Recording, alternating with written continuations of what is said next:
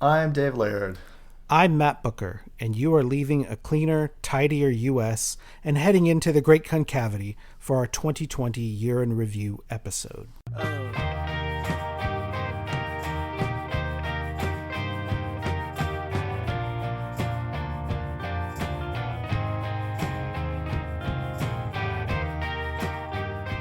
Hey, nice one, Matt. Welcome to episode 57 of the Great Concavity.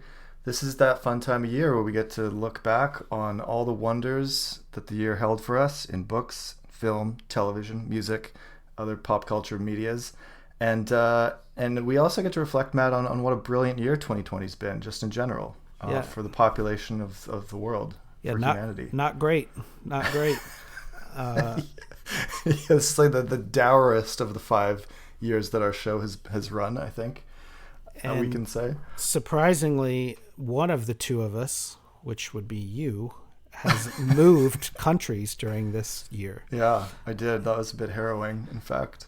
And tell us what was that? That was like moving from New Zealand back to the Commonwealth of Canada. Back to from one Commonwealth country to another, which is a pretty seamless transition, except that all our flights got canceled, so we had to rebook them, and Air New Zealand was only doing flights to LA from Auckland.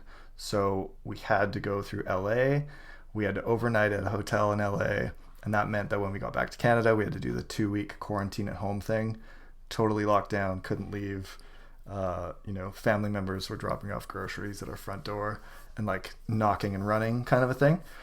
And I've told people that like being in LAX during July at the height of, pandemic was kind of like, felt like being in Gilead from The Handmaid's Tale, just like looked like armed guards everywhere. And like, it was just, everyone's wearing head coverings and it was something. But yeah, we were happy to be home. We're totally done in New Zealand now forever. Maybe we'll go back in 20 years or something if there's an occasion, but that chapter's closed. Rach is pretty much done her PhD now. She defends next month in January for her dissertation, so we're all cheering her on. That's great. Yeah, we've just mentioned we did fewer episodes this year, and it was, many different reasons contribute to that, but I would say one of them, at least for me, maybe you could speak to this as well, was just increased workload. And, the fact that you have worked from home a lot in the past. I have really not, but having my kids home all fall has been really difficult and a lot of work. And also for me personally, I, since June or whatever, have been the president of our PTA for our elementary school. Right. And so that's sort of turned into like a part-time job of trying to figure out how to keep the community together whenever it's mostly virtual. And there's still a lot of important tasks to get done.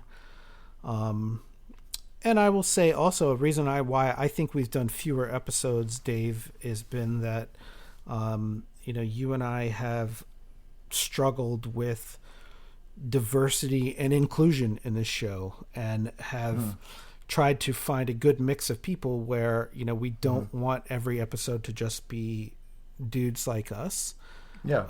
And I think it's okay if we do have a lot of dudes like us, because that's who listens to the show for a lot of the people, but a lot of people are not like that. And totally, the last episode we recorded thankfully not. The last episode we recorded was with Jessica Anthony. That's right. Yeah. And that was sort of a highlight. And it's like, that was a huge dream come true, right? To talk to her. And it's sort of like whenever you have this big moment, and you achieve a goal and you like walk off stage. There was a long coming down period from that, honestly, where I felt like, where do we go from here? Because that was, between having her and Jim Gower on last year, and Adam Levin and Christian Tabordo, we've had so many people that we wanted to talk to. It was totally. We had to give them space to breathe a little bit. I think let those episodes breathe out. We had to digest. Sorry for the hiatus, y'all.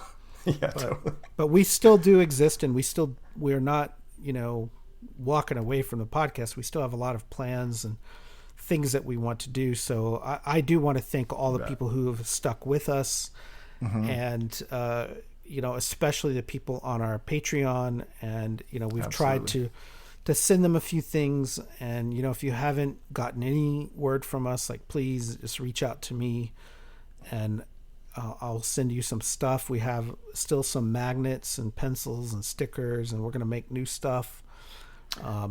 In the new year here, we're gonna get on it. So we have a lot of plans, and we have a lot to discuss today. This episode, we're probably gonna break it into multiple episodes because we have so much to discuss. It's been so long, and really looking back on 2020, I feel like there's just so much to cover of not only the media we have consumed, but what else has occurred and how we've been changed by it. Yeah, absolutely. And what else can you do in 2020 except for like read books and watch stuff on TV because you can't leave your house? So and I don't mind that part of it. I am an extrovert. Like, I do like being out in the world amongst people. Yeah, and I do miss like big house party. Yeah. Imagine getting to go to a Christmas party right now. Wouldn't that be lovely with all your friends? Dude, I would be so happy. I just dream about that. I would be so happy if that could happen. And I've had a bunch of, Christmas parties in the past that I have very fond memories of, and New Year's Eve parties. And I will say, relevant to this podcast, conferences. Right. Yes. And that's where you and I met, Dave, was at a David Foster Wallace conference, and where we have hung out the most times in our life have been at David Foster Wallace conferences. Yeah, I think it's only been 3 times that we've hung out in real life. But who's counting, right? I mean, not me, obviously. Not 3 times. I would say 3 years, because each one of those events was multiple times. But but like 3, instances of weekends or week-long hangouts is all we've gotten in so far. We may have had one earlier this year in Austin with the Wallace Society conference, but 2020 blew up in our face, and that had to be postponed, unfortunately. But we're optimistic for next year.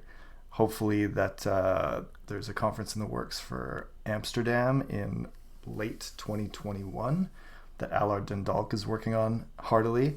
So we're hoping that the world is back to normal enough that can be a meeting place for these folks again. And I put a lot of work into the 2020 conference that got canceled. And that was a big low light of this year for you, I think. Absolutely crushing to me to have to cancel it, because we had lined up such great events, that I fantasized about. Jennifer Egan was coming to keynote. She was booked, and we had a great space. And I will say we're already starting the early stages of planning the 2022 conference in Austin, and I'm optimistic that it will be an even bigger shindig, and that I will be able to get the same sponsors, the Ransom Center involvement, the UT English department has been very supportive, and a lot of my friends here in Austin who want to be host, right, and to play host. And so I would say keep that on your radar. We don't have a save the date yet, but it's coming in early 2021. We should announce the exact date of the 2022 conference in Austin. We have plans for 2023, 2024 is up in the air. Like we're making a lot of plans, and that sort of keeps you going in a bad year, totally. I think. Yeah, it does. It's true. So today we're going to talk with not only our own list, Dave, but with some special guests. Do you want to run through what our agenda is for this episode? Yeah, we are going to bring back some of the most beloved, familiar faces of past guests we've had on our show. We are going to be talking to our good friend Matt Luter about his year in books, and as well as ours, and we're going to roundtable that. Then we're going to talk to Chris Ayers, who we had on as our episode 5 guest, I believe, very early on, and he's recurred several times as well. You'll know his Poor Yorick Entertainment work online, all of his movie posters for the JOI filmography. Infinite Jest covers, very prolific member of this community, especially on the art side. He's going to be talking about his year in television and movies with us. And then we're going to also be bringing on our good friend Grace Chipperfield to be talking about music and games and video games.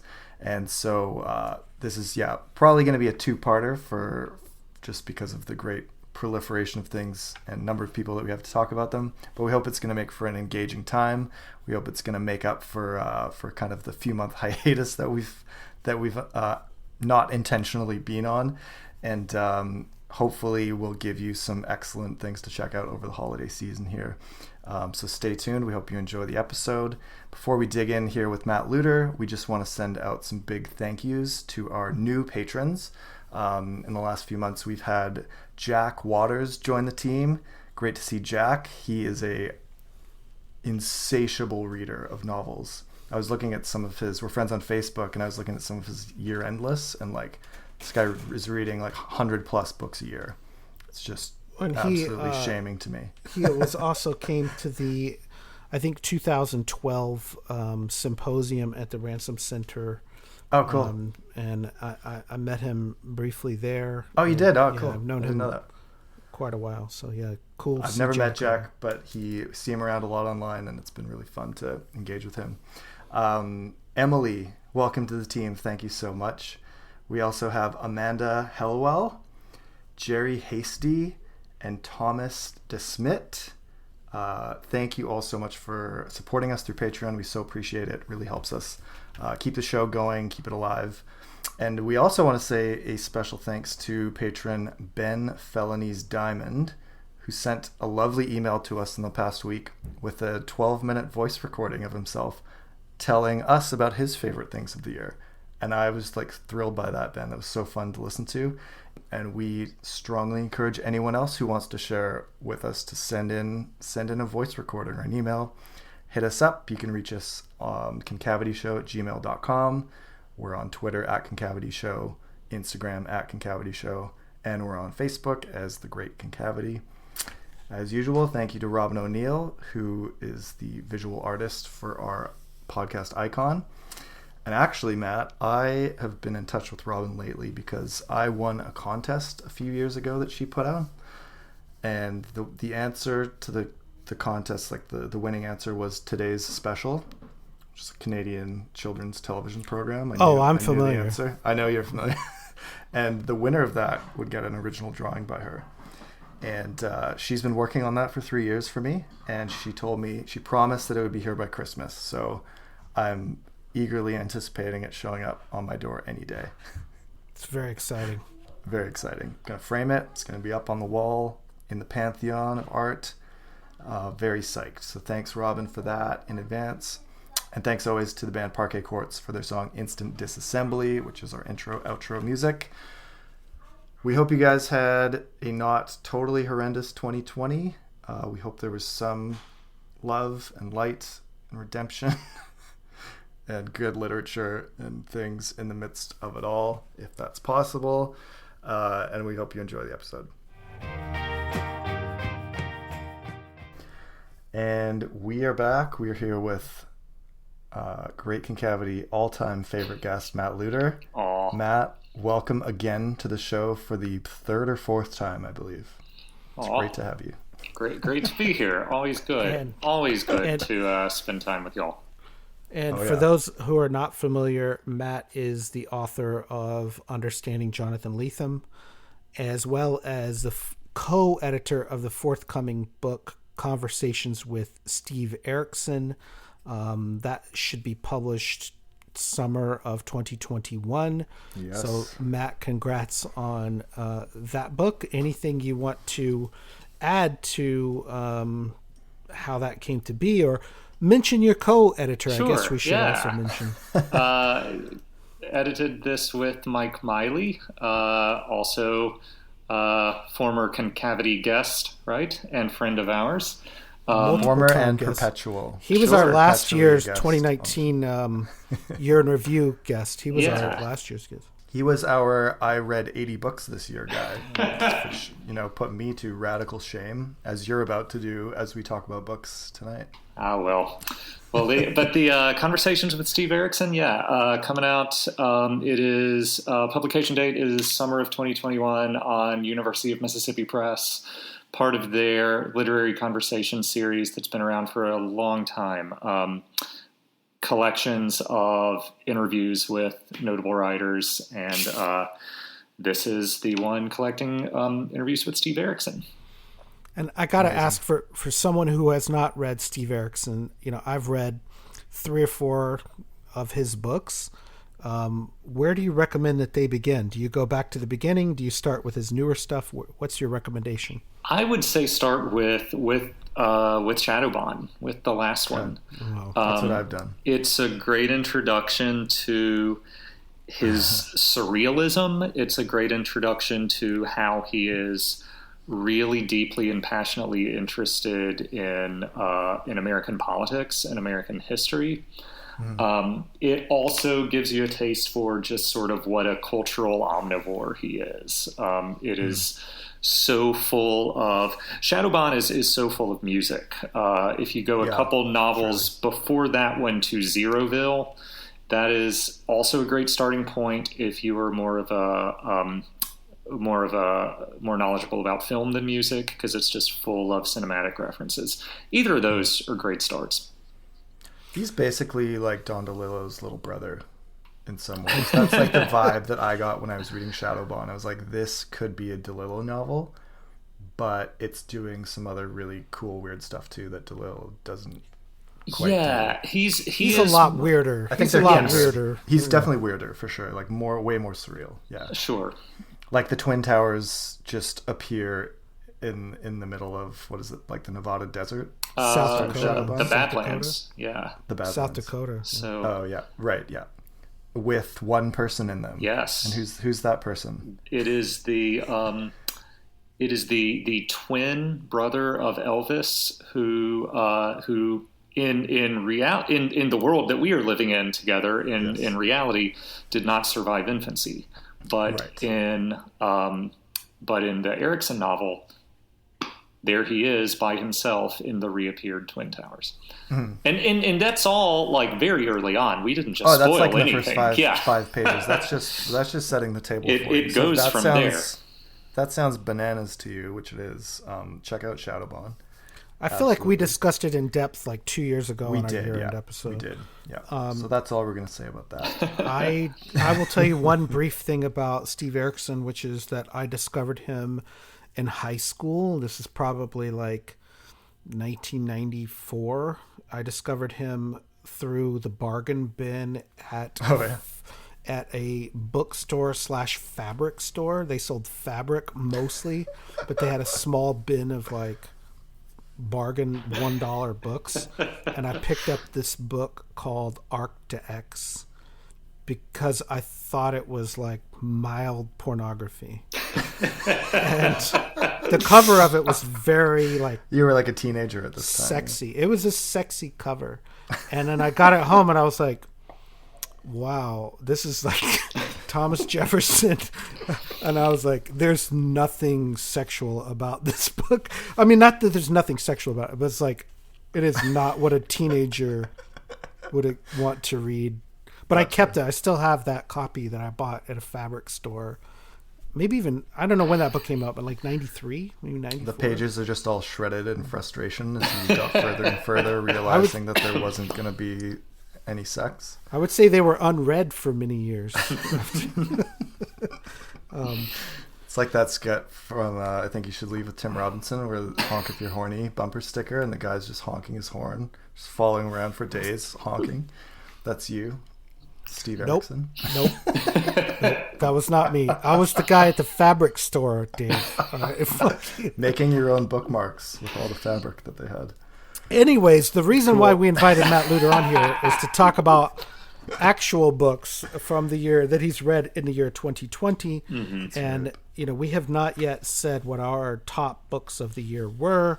And I think when we were discussing this before we were recording, there is some overlap in the books that we all three of us read. And so there's some opportunity there, I think, to have a little bit of group discussion about a couple of books.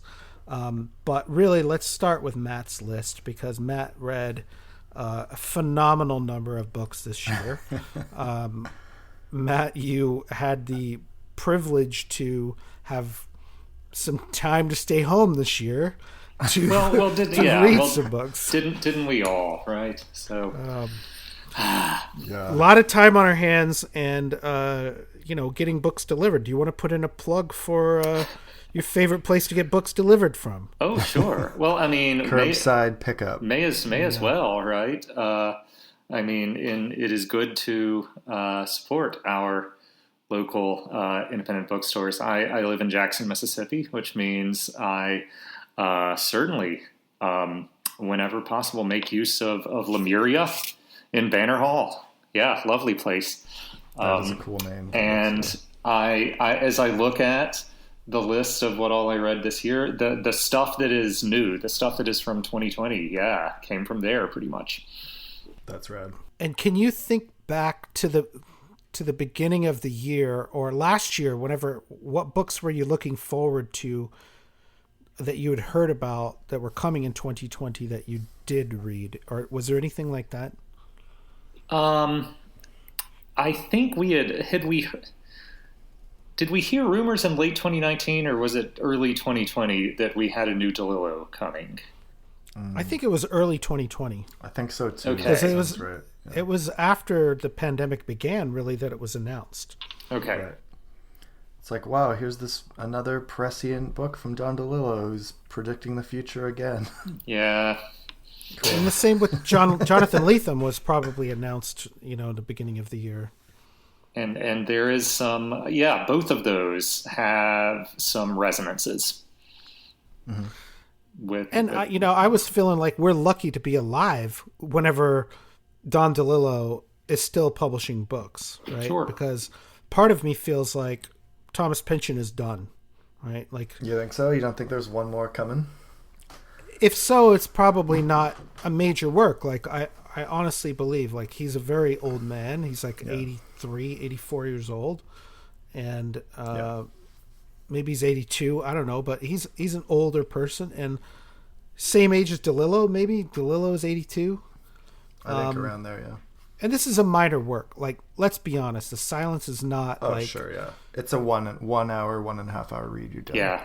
2 hours, maybe. I mean... Yeah. Very few people 115 pages with a generous typeface. Kerning's big, right. Yeah, totally.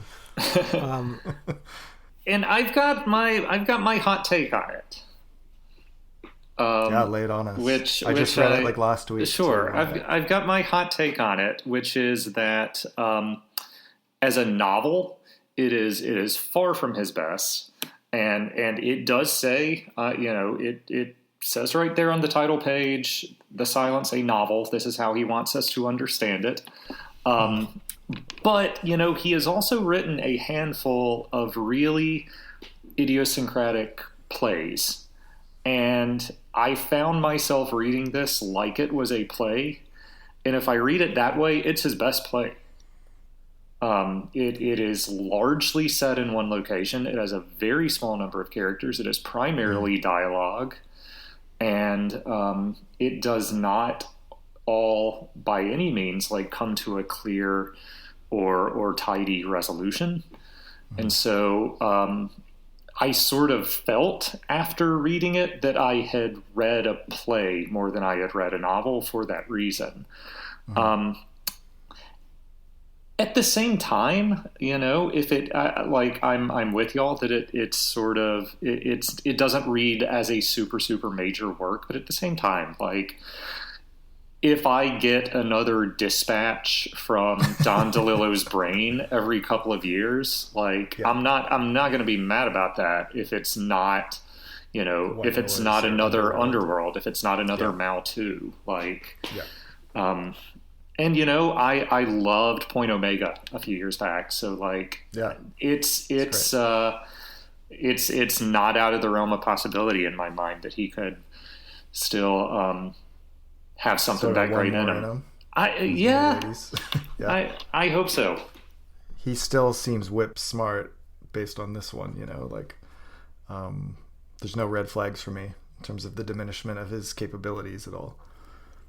I think that's fine. I was rereading some of it this weekend and preparing for this episode, and one thing I started to think about was like trying to get a handle on what was going through his mind when he wanted to write about this, because it's pitched very much as a pandemic thing of like what happens to like all of humanity when this thing happens. But the experience of reading the book, I actually didn't feel the pandemic as much as I was thinking more. Actually, like reviewers were talking about. Sure. Kind of, yeah. No, the publisher as well.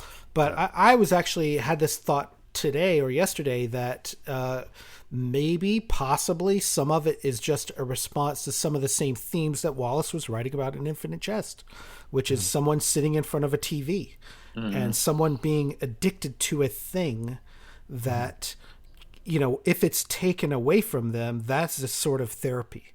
And that maybe this is like a therapeutic approach, or almost like a therapeutic novel that says, this is one person's experience. There's like another thing I've been reading about where you have a big problem like the pandemic. You can talk about numbers like, oh my God, 16 million cases, 300,000 people dead. And that doesn't make it real for someone unless they have an identifiable victim, right? And maybe it's better to tell the story of the pandemic with like one person. And that's the Anthony Burgess quote, right? Like, we are all solipsis. When we die, the world dies with us. Only very minor literature aims at apocalypse, which Wallace, epigraphed one of his stories with. That's the idea, right? If you tell the story of the apocalypse, no one cares. That's not interesting. But I want to get Matt's take on this, like the TV in front of you, right? It can kill you, or it could be like this total like absence, like an addictive thing. Like, what do you think he was doing there with the TV? The image that stays with me is the moment. We perhaps should clarify like a little bit for folks who maybe haven't read it yet. Yeah. That the first scene is on an airplane, and something happens. There is an event. Some kind of malfunction, right? It harkens back a little bit to white noise, right? The difference between a crash and a crash landing in white noise. So the plane crash lands, and the main characters who are on the plane are going to a friend's apartment to watch the Super Bowl. Yeah. And they find that, like, at the same time that all the electronics on the plane went down, the television goes out, like all of these other electronics go out, including cell phones, everything. But he like a big EMP device goes off or something. Yeah, he plays around with that image at one point of like one of the characters just still trying to describe the game, even with the blank screen. So, I mean... Yeah, he's like Jim Trollshing, like commentating yes. what might have been happening.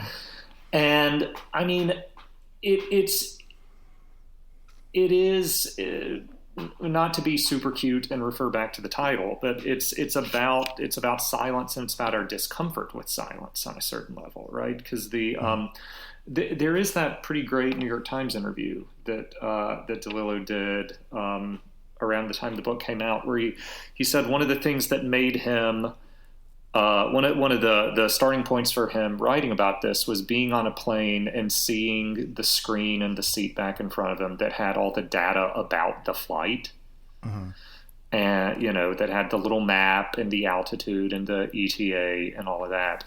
And it just kind of struck him as strange, which it is, because why do we need that information? I don't know, but I love it. I love it personally. Like, and I wonder if that's the same kind of, like, there's discomfort with silence on a plane. Like, there's discomfort with not having knowledge that we think we ought to have access to. There's discomfort in the idea of something that could be keeping us company, or at least making noise, kind of being taken away. Yeah, I find this in my own life, and there are multiple writers besides Wallace or DeLillo who have written about it. But because we do have noise in our lives so much, and with the invention of Spotify, where you can have music on pretty much whenever you want. I think when I was growing up, I had a Walkman, right? And I had 3 tapes. MC Hammer tapes. I remember talk tapes. Absolutely. And my first CD ever was Janet Jackson, Rhythm Nation. And, I had that one CD, and I had U2, The Joshua Tree. And I listened to those 2 CDs over and over. And I would listen to the radio. And it's the fact that we have engineered the opposite of silence, right? Where there's always this sort of background soundtrack to your lives. Whenever you turn it off, especially with screens and kids now with screens, I wonder, I guess this is what I'm getting at, is DeLillo is what he's seeing. Is it prescient with our kids and the need for not just sound, but the visual part? And I think Wallace was very addicted to that, especially with seeing people's faces. I remember, I think it's in Big Red Sun, where he writes about pornography and a woman's face being this very addictive thing. And a man says, he interviews this guy at the convention who's it's the faces. There's so much going on there that you can't look away from it. And I think even in football, right, they're looking for some really up close information that is addictive, and that's this ritualized thing. One question I had about the silence also, which I want to get both of you guys' take on, probably one of my favorite parts, is the stuff that one of the characters talks a lot about Einstein's theories. And this guy's kind of like the Murray Suskind character from White Noise. He reminds me. This is signature DeLillo move, right? Yeah. Let's have an Einstein guy. But I absolutely loved it. Made the book for me of having that conversation in there. Kind of, I don't know, polymath. What is this guy? Physicist himself? I forget. But high school teacher, physicist, I think. I mean, what was going on there, Matt? Do you think why bring in Einstein when we're talking about, I don't know, the lack of transmission of visuals or something like that? Speed of light. He's I don't know. The speed of light of electronics. I do not have a good answer by any means right away. I wonder if it has something to do with modernity, the idea of the 20th.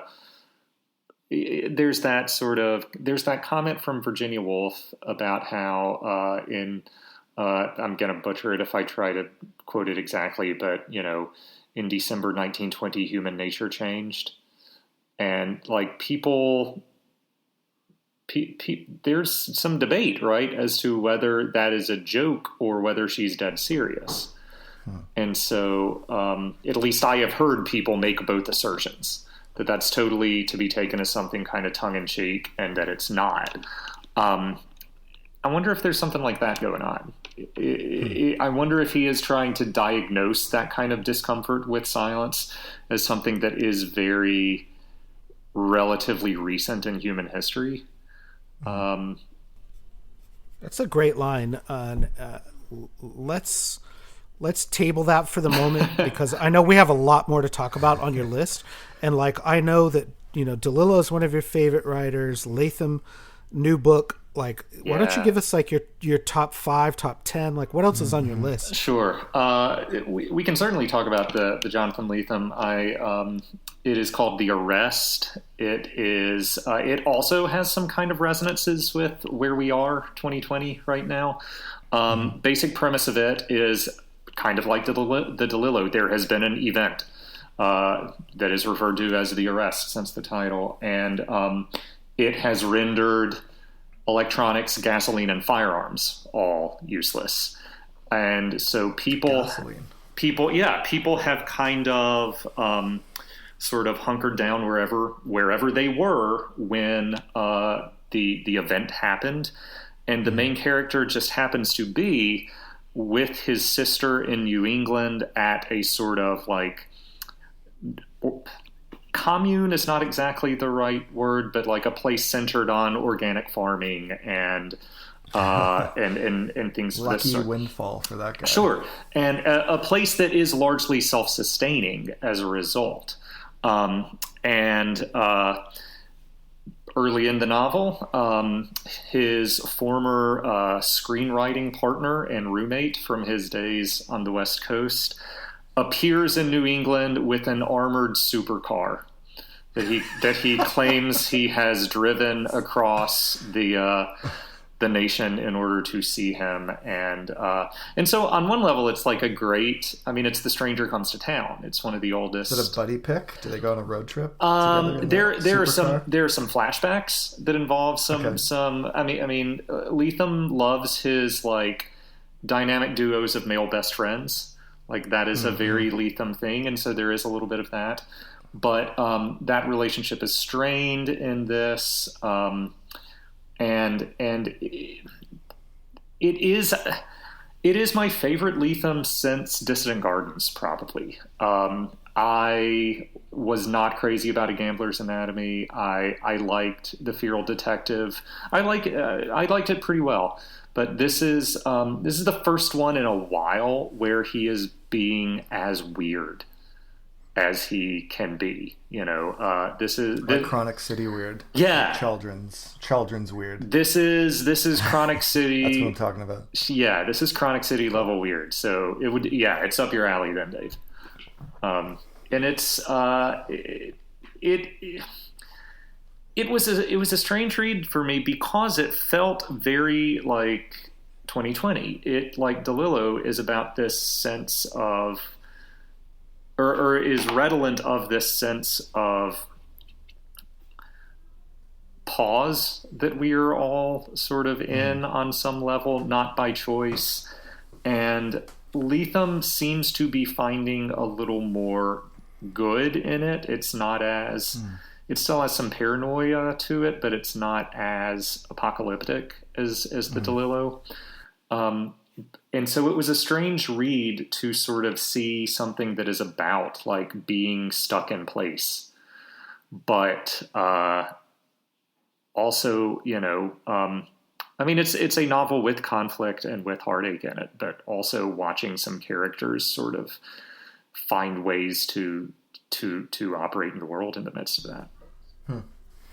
That sounds nice. Anytime we mention Lethem on this show, I feel like it does have a resonance because, he has Wallace's old job. Yeah. Right? And he is very open about that. I think that I mentioned that I have been on a panel with him one time and been able to ask him about this. And he was very open about, especially whenever that transition was happening and the chair at Pomona was vacant for a bit. And then he was hired. There were still kids that he was teaching who were brought in to study with Wallace that ended up graduating with Lethem. Oh, yeah. So he is very cognizant that he is not the first person to have that job. And it's pretty cool, like, position to be in Southern California, also probably very near where Steve Erickson lives, honestly. So there's some, like, I don't know, psychic overlap going on there from like Wallace to Lethem to Steve Erickson, who was there before. And that, when Wallace moved there, Erickson, I know, reached out to him and said, hey, we're starting this new journal called Black Clock. Will you send us something? And Wallace said yes. So I'm the type of dude, as you both know, who probably could relate literally any conversation to David Foster Wallace. So that's an easy one there. Matt, what else is on your list? You read like 290 something books. Like, which one is your favorite this year? What's some other favorites? It's more like 50 something to be clear, which is not. That's one a week, man. That's one a week. I mean, that's a lot more than I read. I can really test your can we connect everything to Wallace by bringing up the fact that probably my favorite new book of 2020 is the new translation of Beowulf by Maria Devana Headley. It is all right. Okay, we gonna do this? Is there a Beowulf Wallace connection? Keep talking. Keep talking. So, have either of y'all read this? No, I've only heard of it from you. Okay, and a couple other things online or whatever. It is just wonderful. I like many of us was assigned Beowulf in high school and did not like it. And then in college, I was assigned the Seamus Heaney translation and was like, okay, this I like. There is something here. And then, and I've taught that translation a couple of times, and I really do like it. And this one is just fascinating. The translator, Headley, is really interested in thinking about this poem in terms of gender. Cool. She is very clear, and I've read a couple interviews and such where she is very clear about this is a poem about a bunch of macho dudes retelling their glory days, retelling their war stories. And the counterpoint to that, in her view, is that Grendel's mother is not an unholy monster so much as she is someone who is grieving the murder of her son. Loss of her. And so there is some just fascinating stuff going on with the way she's thinking about masculinity in it. Probably if you've heard anything about this translation, it's that she translates the first word of the Old English, which many translations through the years have done as hark or as listen, and which Seamus Heaney does as so. This invitation to come listen to a story. She translates it as bro. and it is full of a lot of these. She uses some archaic language. She uses some very contemporary language and mixes it all up. There is a lot of bro. There's a fair amount of dude. There is some really good. There's some really good creative profanity. There is one #blessed. At one point, a character stands Beowulf. Stan. Okay. It's but none of it reads as like. None of it reads as like I'm trying to be the cool translator. Like it's not a gimmick. It's right? not. It's not a gimmick. And she does use some of the alliteration. She keeps some alliteration intact. So it feels very in the spirit of this is an Old English epic, but feels very present and relevant at the same time, and I just loved it. Would you care to offer us a reading? Y'all suggested I should choose a passage here, and I'm gonna go straight to the end. I'm just gonna read the last 15 lines or so, which we're gonna spoil the ending here. Of this 1,200-year-old. Yes, we're going to spoil the ending of this 1,000-year-old poem, and this is after Beowulf's death and funeral, and I have to tell you, he dies in the end. He does. But I have to tell you, this ending. I find the first time I read it, I found it moving in a way that I did not expect. It snuck up on me. So this is the last 15 lines or so. 12 thanes, battle-tested sons of worthy men, took themselves to horseback and coursed around the tomb, weeping, ringing the old songs from their tongues, dirge chanting, telling the legend of Beowulf, their king, his courage, his fury, his wars. They did all this grieving the way men do. But, bro, no man knows, not me, not you, how to get to goodbye. His guys tried. They remembered the right words. Our king, lonely ring wielder, inheritor of everything.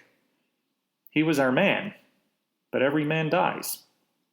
Here he is now. Here our best boy lies. He rode hard. He stayed thirsty. He was the man. He was the man. That's pretty great, tight. Man. It's pretty great. I like that. Yeah. And, as I was mentioning earlier, I spent a lot of time of my life studying this poem, going back into undergrad. I did not have a graduate degree, but I did get special dispensation to go into. One of my mentors, his name was Raymond Tripp. He was a Beowulf scholar, and he assigned us, as many Beowulf scholars do, Sweet's Anglo-Saxon Primer. And that is the translator's guide to Old English and Anglo-Saxon literature and language. But I'm going to bring it back to David Foster Wallace here by saying that I was also at the time trying to translate some poems into Spanish, and the preeminent translation of Beowulf into Spanish is by the great author Jorge Luis Borges.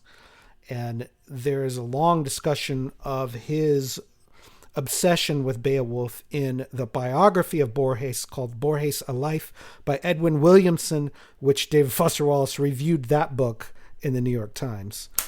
There it Borges, is. A Life.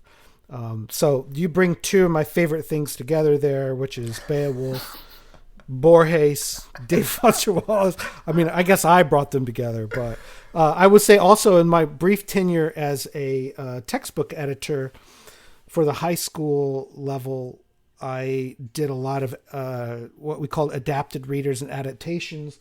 And one of the one of the Beowulf adaptations is the graphic novel version by Gareth Hines. And that we got permission from Gareth Hines to include that in a literature anthology published by Holt, Reinhardt, and Winston. And if you haven't seen Gareth Hines' art for Beowulf, I think he really does bring it alive. And I hope, for a new generation, this book brings it alive. Will you tell us the translator's name one more time? Sure. Maria Davana Headley. She is a novelist. I have to admit, I have not read any of her novels, so I'm super intrigued to now. And no kidding. Yeah. She's on Twitter too, and she's super active on Twitter. Okay. And I saw her posting some stuff just today, this weekend. I definitely want to pick that up. Matt, what else did you enjoy this year? Let's see. Few things. I know Dave wants to talk some about Ducks Newbury Fort. A few, I'll hit a few high points really quick. Also on my list. Claudia Rankine's Just Us, her new one that came out this year. If you have read Citizen, poet and essayist Claudia Rankine. Citizen, really, really wonderful book from a few years back. Fascinating mix of poems, some more essayistic things, and then also doing a lot of interesting stuff with images, and sort of the layout of that book is fascinating. And it is about, some really honest, challenging thinking about race in America in historical terms and in the present. Mm-hmm. Citizen focuses largely on experiences of Black Americans, and in Just Us, she is still writing as an African American woman thinking about race, but she is thinking way more about whiteness as a label and as a category. Mm-hmm. And it's another book that's also doing really fascinating stuff with image and layout and the book as object. It's a fascinating project altogether. Cool. It feels like it needs a word that's bigger than book to get at what's going on in it. I'm a big fan of the Citizen, so I haven't read Just Us, but I'm extremely inclined to. And, I haven't brought this up yet, but I did read, like probably a lot of Americans, I did read a lot of anti-racism books in 2020.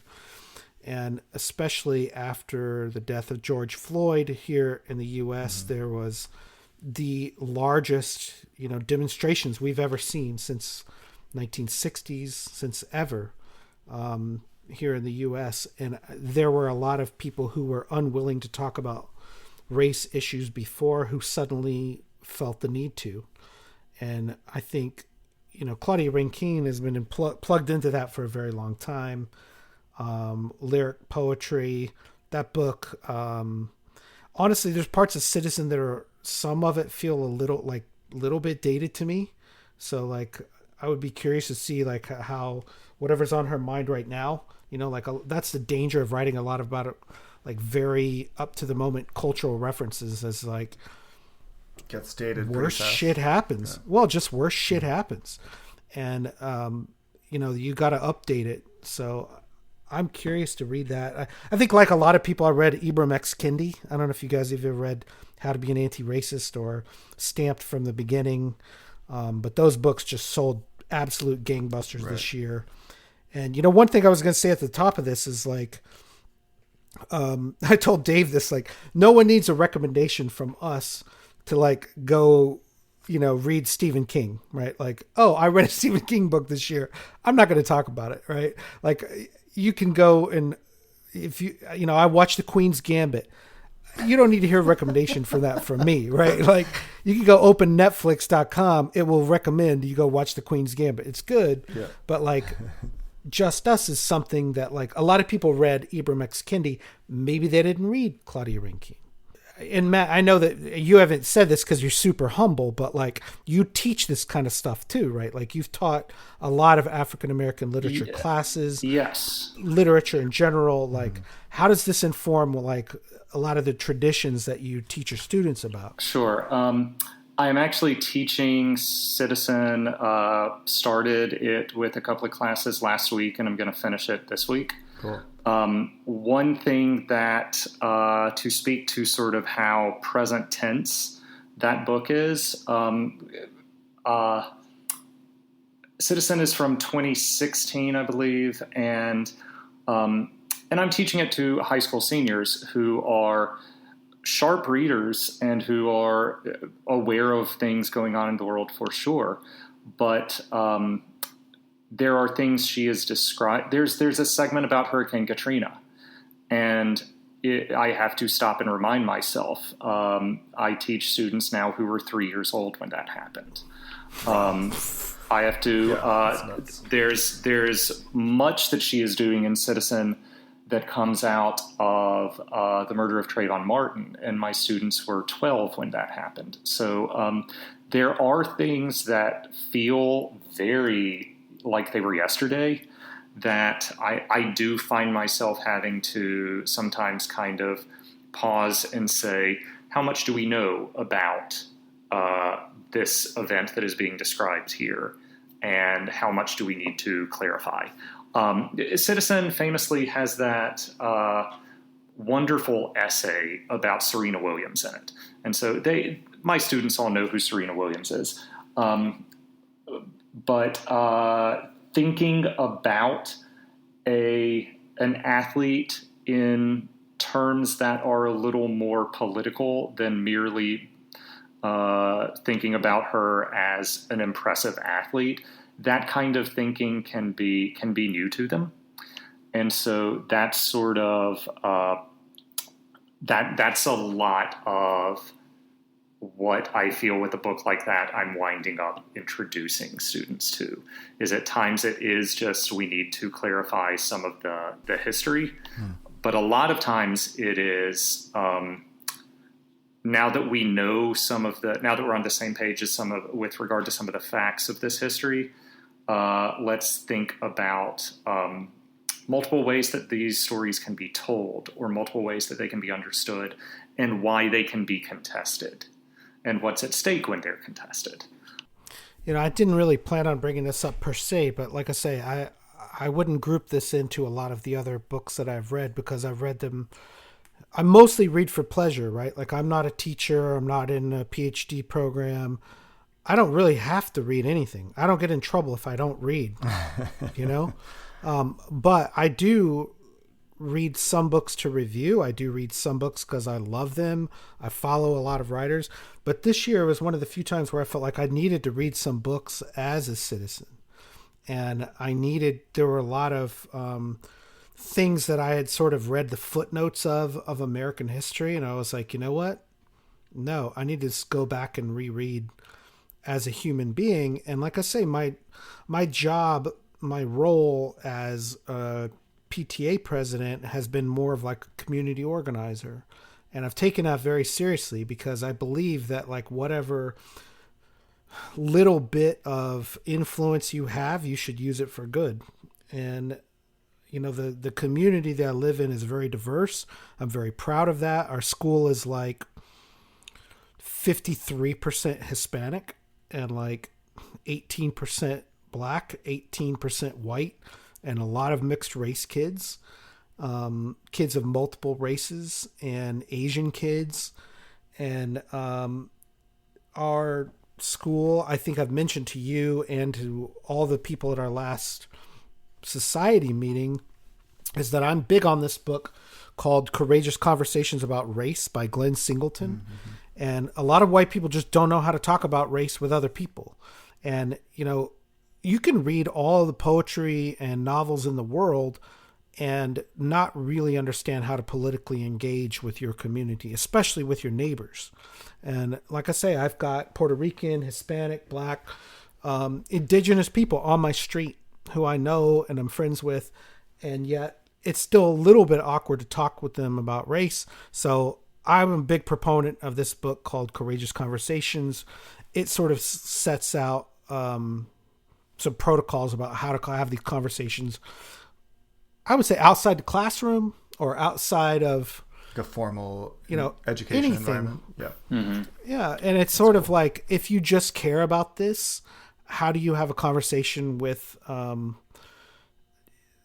know, even other white people? Because a lot of people like, you know, people ask me like, well, shouldn't the diversity committee should be all Black people, right? Or all Hispanic people? And it's like, you know what? Black people did not invent white supremacy, and they should not be responsible for just being the only ones to tear it down. Right. So I think white people have a lot of responsibility in the U.S. right now. And, you know, like I say, we had a big moment this year, and we can't let that pass by. We can't let other political shit overshadow that. Mm-hmm. So let me mention two more books, actually, that would be relevant to this.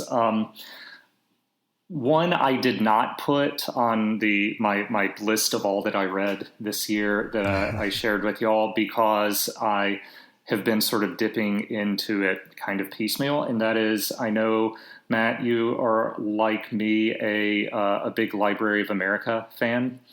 And yes, let's talk about that. They put out this year a fantastic anthology of African American poetry. It's Kevin Young. Kevin Young is the editor, right. And it goes all the way back to the 18th century, and the most recent stuff in it is from the last 4 or 5 years. And I know when I got my copy and I poked around the table of contents, I just reacted like, I'm so happy to see all of this wonderful stuff that I recognize by writers, by poets I love. You know, here's all of this great Gwendolyn Brooks and so on. And then it was fun to see names I recognized, but work I did not. For instance, Richard Wright was really interested in haiku, and it has a selection of Richard Wright's haiku. And then also poking around and just seeing this is not a name that's familiar to me at all. And so it has been a great book to explore and to see sort of, it's organized chronologically, so you can see sort of who is thinking about the same issues at the same time. Just wonderful, wonderful stuff in it. And, you know, I'll be reading it piecemeal, probably like for months to come, and just finding things to like in it. One other 2020 book that is worth mentioning, that is on up there for me as well. Another poet, Natasha Trethewey. There's a memoir of hers called Memorial Drive that is out this year. That is another one of my favorites of the year. Former U.S. Poet Laureate. She, like myself, is also from Mississippi, so I'm always interested in her thinking about the Deep South and history there that has to do with race, but also has to do with sort of history and memory in general.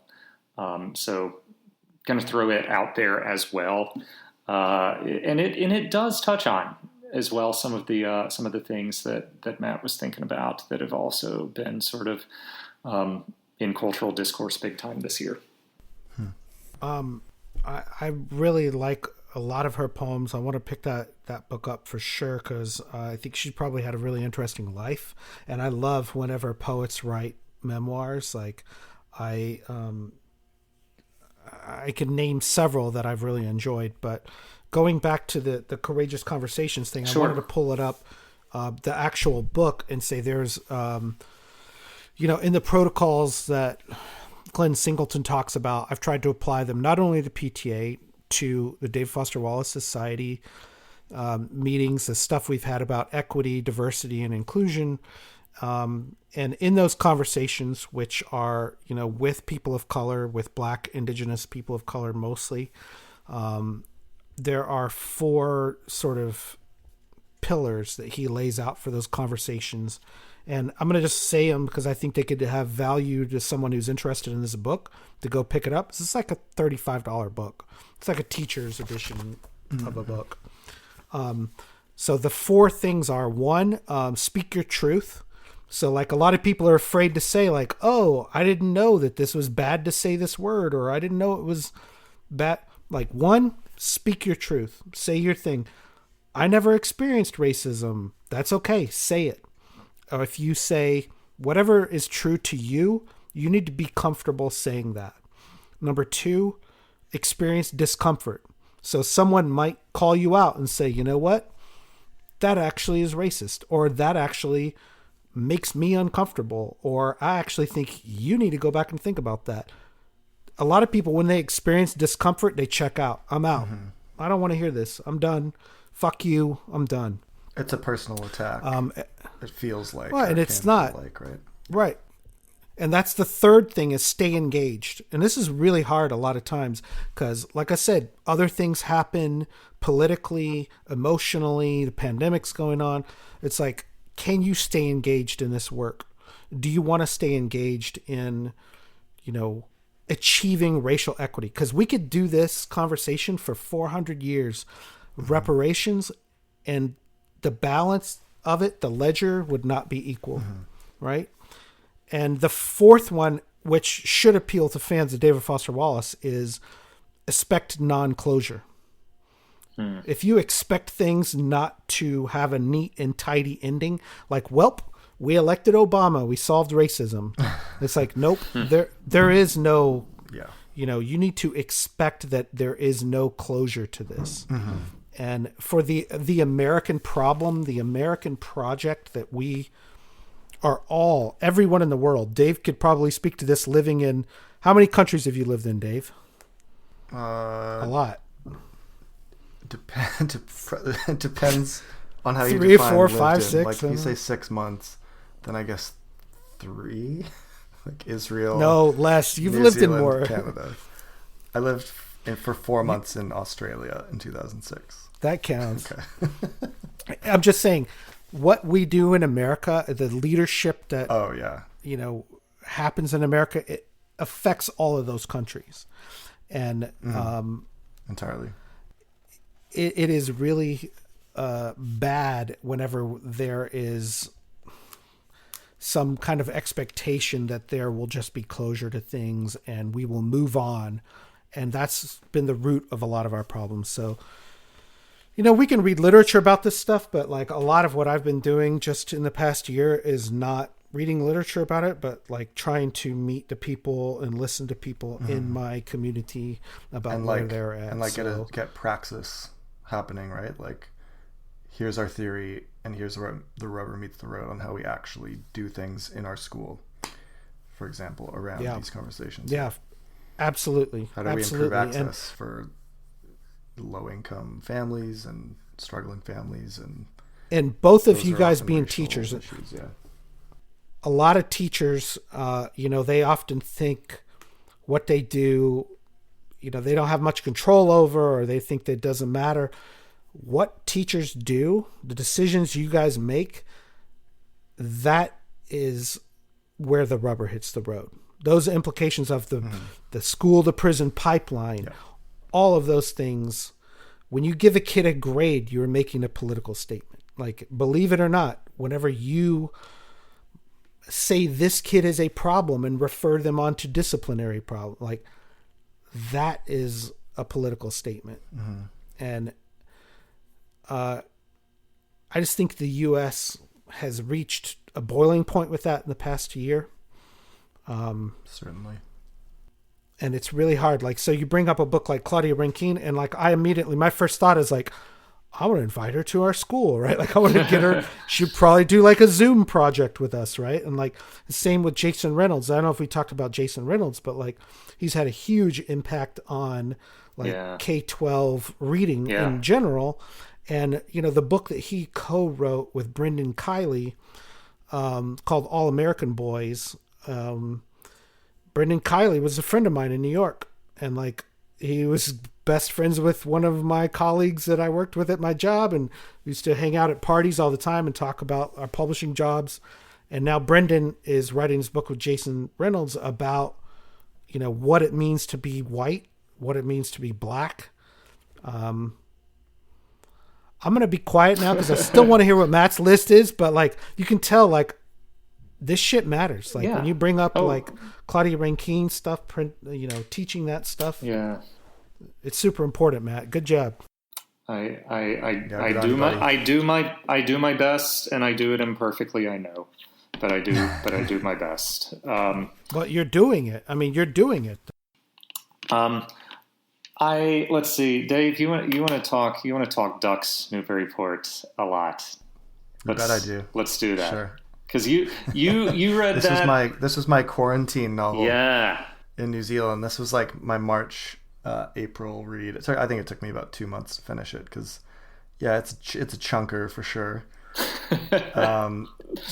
But it really, I found that the experience of reading it like altered my psyche in a way that very few books have, where I just started thinking in terms of this form, the fact that we gotta yada yada yada, and we gotta explain a little bit. That a bit. Yeah. So I read this December of last year, and it also took me like. Yeah, it is a weeks long investment. Novel by Lucy Ellman. 8 weeks for me. Yeah, something like that for me for sure. And there was press that said the entire novel was a single sentence, which is not true. But not entirely, the primary main action, I would say, the primary element of the text is a single sentence that is interrupted. Which is 95% of the book. Yes, at least. It is interrupted by a subplot that is told in much more traditional sentence and paragraph form. But it is about a woman in the Midwest who is a mother, is divorced from an ex-husband she does not much care for, remarried to a husband that she seems to adore, right, Dave? And, entirely. And she bakes. She's a structural engineer. Yeah. It's like a bridge. He's into bridges. He teaches about bridges. And she bakes to bring in some more money to the household. And it's largely about, I get annoyed with misuse of the term stream of consciousness. Are we calling this stream of consciousness? I think we can. I'm curious to hear you unpack that a bit. I would typically describe it in something approaching those terms, but I I think it's stream of consciousness. I think it is too. What's your issue with that term, Matt? Out of curiosity. I've heard it misused to refer to just like any fiction that is not chronological or is not linear, right? Okay. You know, and that's more or less linear, I would say, if that's the defining characteristic. Well, yeah, it largely moves from in chronological order with flashbacks. Mm-hmm. With flashbacks, yeah. So just like your own mind does, and your own mind like takes weird flights of fancy, where one thought makes you think of something that happened 20 years ago, which brings you back to the present, and then there's like a sensory trigger that immediately makes you think of something else, and then you stop for like 3 or 4 pages and think about a movie. Which is like Bridges of Madison County, for example. There are a few which may or may not happen in this book. There are a few pages in this book. One of my favorite things in Ducks is where like she stops and just thinks about Meryl Streep for a while. Yeah, she really does. And that's like that's how consciousness works, right? And just about and the phrase "the fact that" is what drives the whole thing. It's repeated thousands of times in the book. And I found myself just starting to think with that sentence structure. Yeah. About mundane stuff that was happening in my day. Yeah. Or in my life that week or in that year or whatever. There's a couple of other things going on there. And I haven't read the whole book, but I've read good chunks of it. And there's a lot of transitions, right? Where it's like almost like poetry, right? Where she's like Listerine, Goldstein, Mabestein, and then what's going on with those? Because if you add that up, that's probably like 50% of the book, right? It's just like her just saying like placement. Maybelline, Oscar Mayer, Wiener Meyer, Wundermeyer, and like then maybe this is a spoiler, but the stuff with the lions and the lioness. And just wait. Just wait. So you'll spoil Beowulf, but not Ducks. Correct. Well, that's the opening of the book, right? Is the stuff about a mountain lion, about a cougar and her cubs. Yeah. And it's a recurring vignette throughout the book, and that's the more like traditional prose. And again, she has multiple children whom she names, who she talks about in depth. Yeah. And keeping straight which are her kids and which are her step kids and which are neighborhood kids come up. I feel like there's a lot of kids, right, that she cares about. And I think there's something really interesting that like a woman doesn't typically write a book like this, right? Like James Joyce, Thomas Pynchon, David Foster Wallace, like, what's the female equivalent of that? People have been asking that for 100 years. And Lucy Ellman is like one of the better, answers to that question. Mm-hmm. Yes, this is a mega novel that is very hyper specific. Yeah. Sure. I read an interview with her after I finished reading Ducks, where in which Dave, do you know what I'm? I think so. Yeah, where she a wild interviewer. Well, it's and the interviewer asked something to the effect of like, in our fast paced time, to write a novel of this length, like aren't you asking a lot of of someone? Isn't this a big ask to ask someone to read a 1,000-page novel? And her response was essentially like, I don't think you would ask a male author that. Hmm. And it's true. It's true. She dunks hard on patriarchy in that interview. Yeah. You're thinking of the same one, which is great. Yeah. And there is some fascinating stuff going on with it in like she is not someone, the narrator is it is a political novel in certain ways, narrated by someone narrated by a character who probably wouldn't think of herself as a political person. Totally. Yeah. But she is a lot of Trump dunking in this book. She is thinking about Trump. Awesome. She is thinking about she is thinking a lot about guns.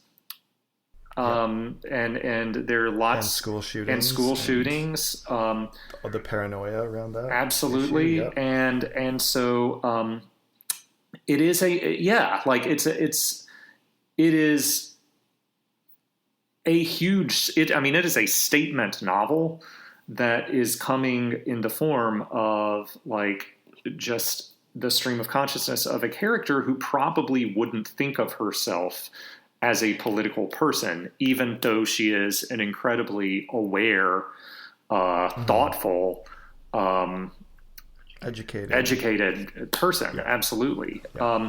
And like, she's not like a political actor, I guess you could say, right? Like, she doesn't have like a lot of agency in that field of that sphere of influence, other than just voting. Sure. You know? And like most of us. And I know there's some criticism of like, oh, not a lot happens in it. It's just her like daily thoughts and to. Yeah. I mean, it really only happens over the course of like several days. Right. I think. But and we can't spoil this, Dave, but like there is dramatic action toward the end. Yeah, it follows the, Aristotelian arc of a story. And right? and my there is a my favorite thing about it is, what page number? 900. We're not telling you that. But my favorite thing about it is how it takes its time in exploring all of the implications. Yes. Of the dramatic climactic action, and it does not tie. There is closure. It is not all neat closure, and just I was floored by the ending, by just how it takes its time to really explore all that mean, all that. I want to say what happens, but we can't. Yeah, I agree. I think it was my favorite reading experience that I had in 2020. I loved every time that I sat down with this book. I found myself in bed with like my phone flashlight reading it while my spouse slept, and I would sometimes just read for like an hour, 2 hours like that. I just really loved my time in that book. And I got it from the library, and luckily I had 3 months with it, because it wasn't recalling books at that time. This was in New Zealand, right at the start of the major lockdown. But I would love to buy it just to have it on my shelf, because every time I see it in like a photo on Instagram, I get this hit of dopamine from the spine, from the cover, because it just takes me back to my experience in it. Even if I never read it again, I think I need to buy it just as an object to have that brings me joy. Yeah.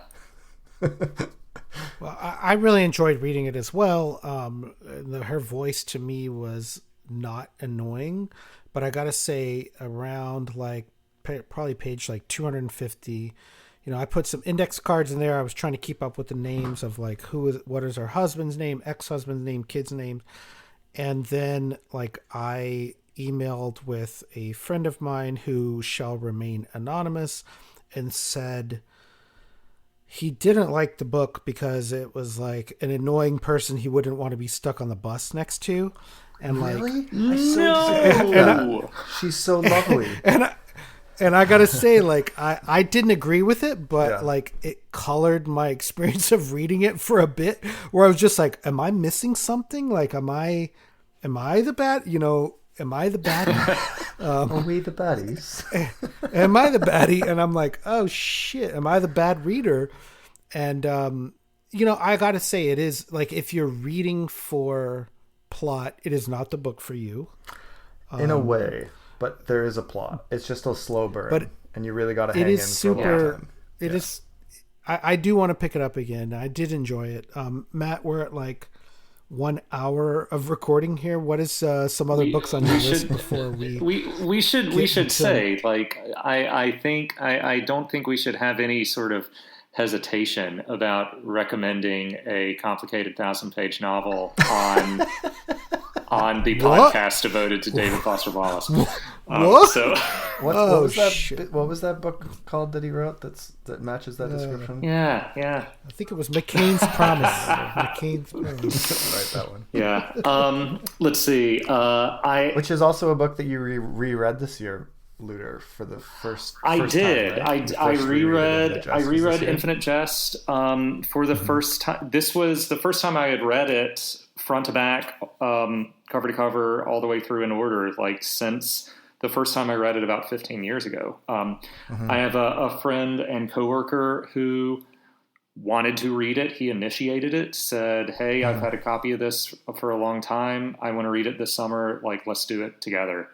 And so we did about 100 pages a week, FaceTimed like twice a week. And that was just a joy, you know. I will mention, I know the truism for a lot of people is on your first read, you identify with Hal. On your second, you identify with Don Gately. Not true.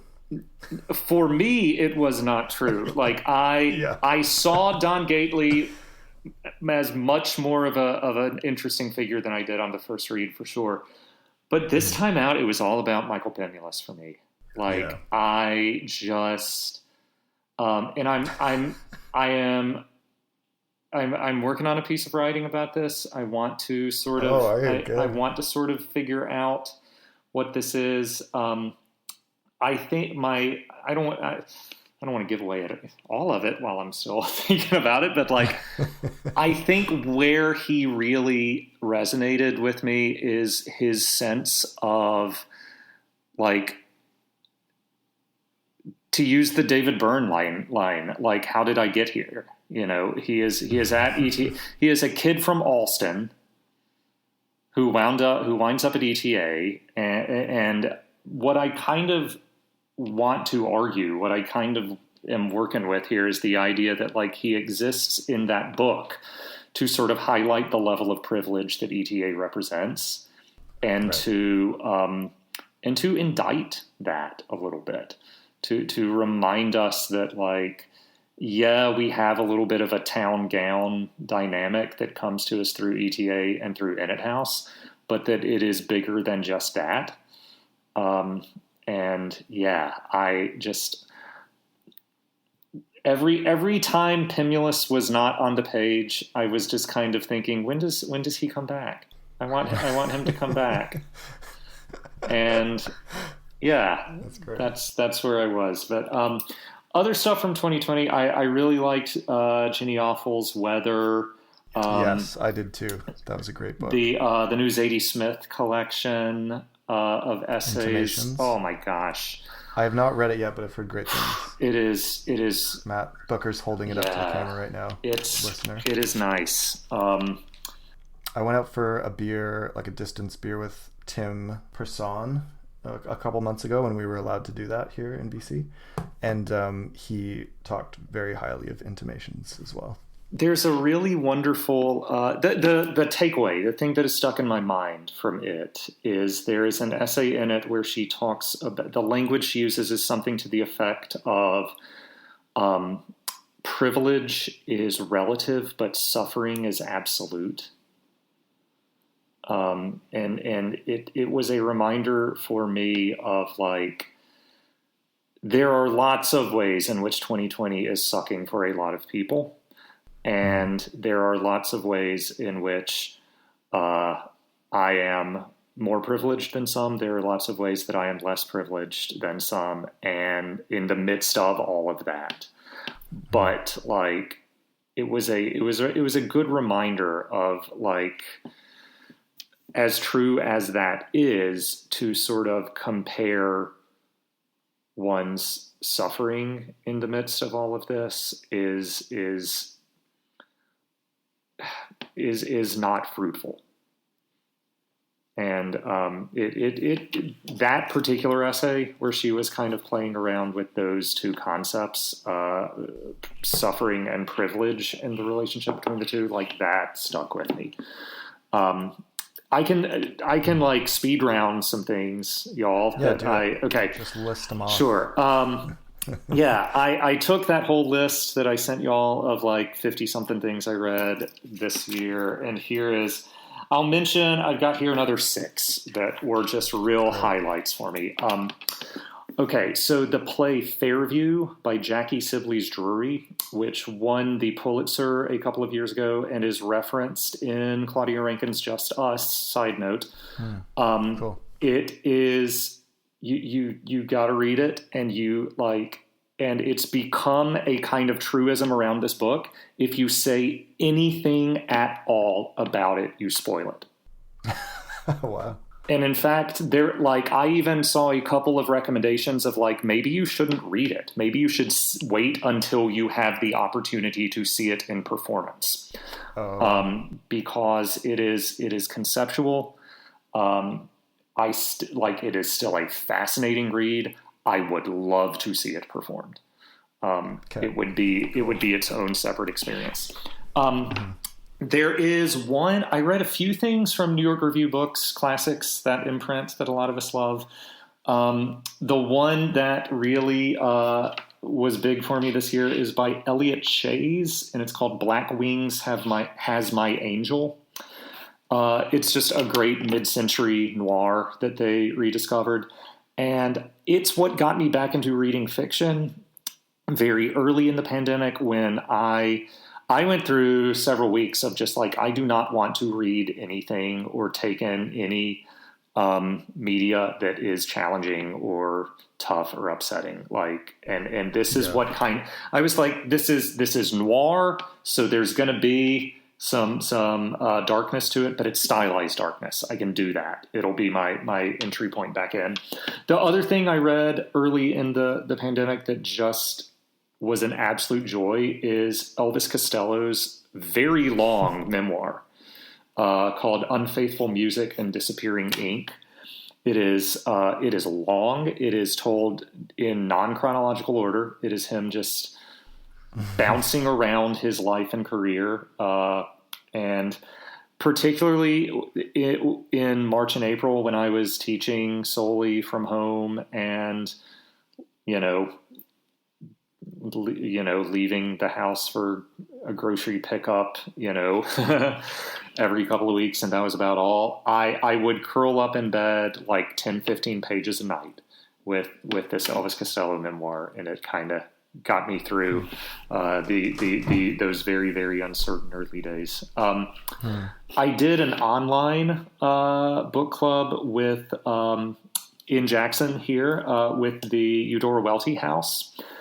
We did a group read of her novel Losing Battles, which is her largest novel. It's about 400 pages, almost all dialogue, and that was it is a really joyful but sometimes very strange book that is about sort of a family coming back together, a sort of reunion, but it takes some turns, and it's lovely.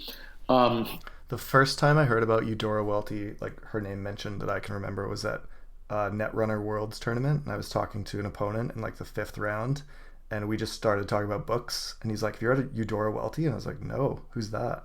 And he just "Oh dude, you gotta check out Eudora Welty." So she's been on my list to read for a very long time, and she's from Jackson. Yes, Losing Battles. I don't know that it would be.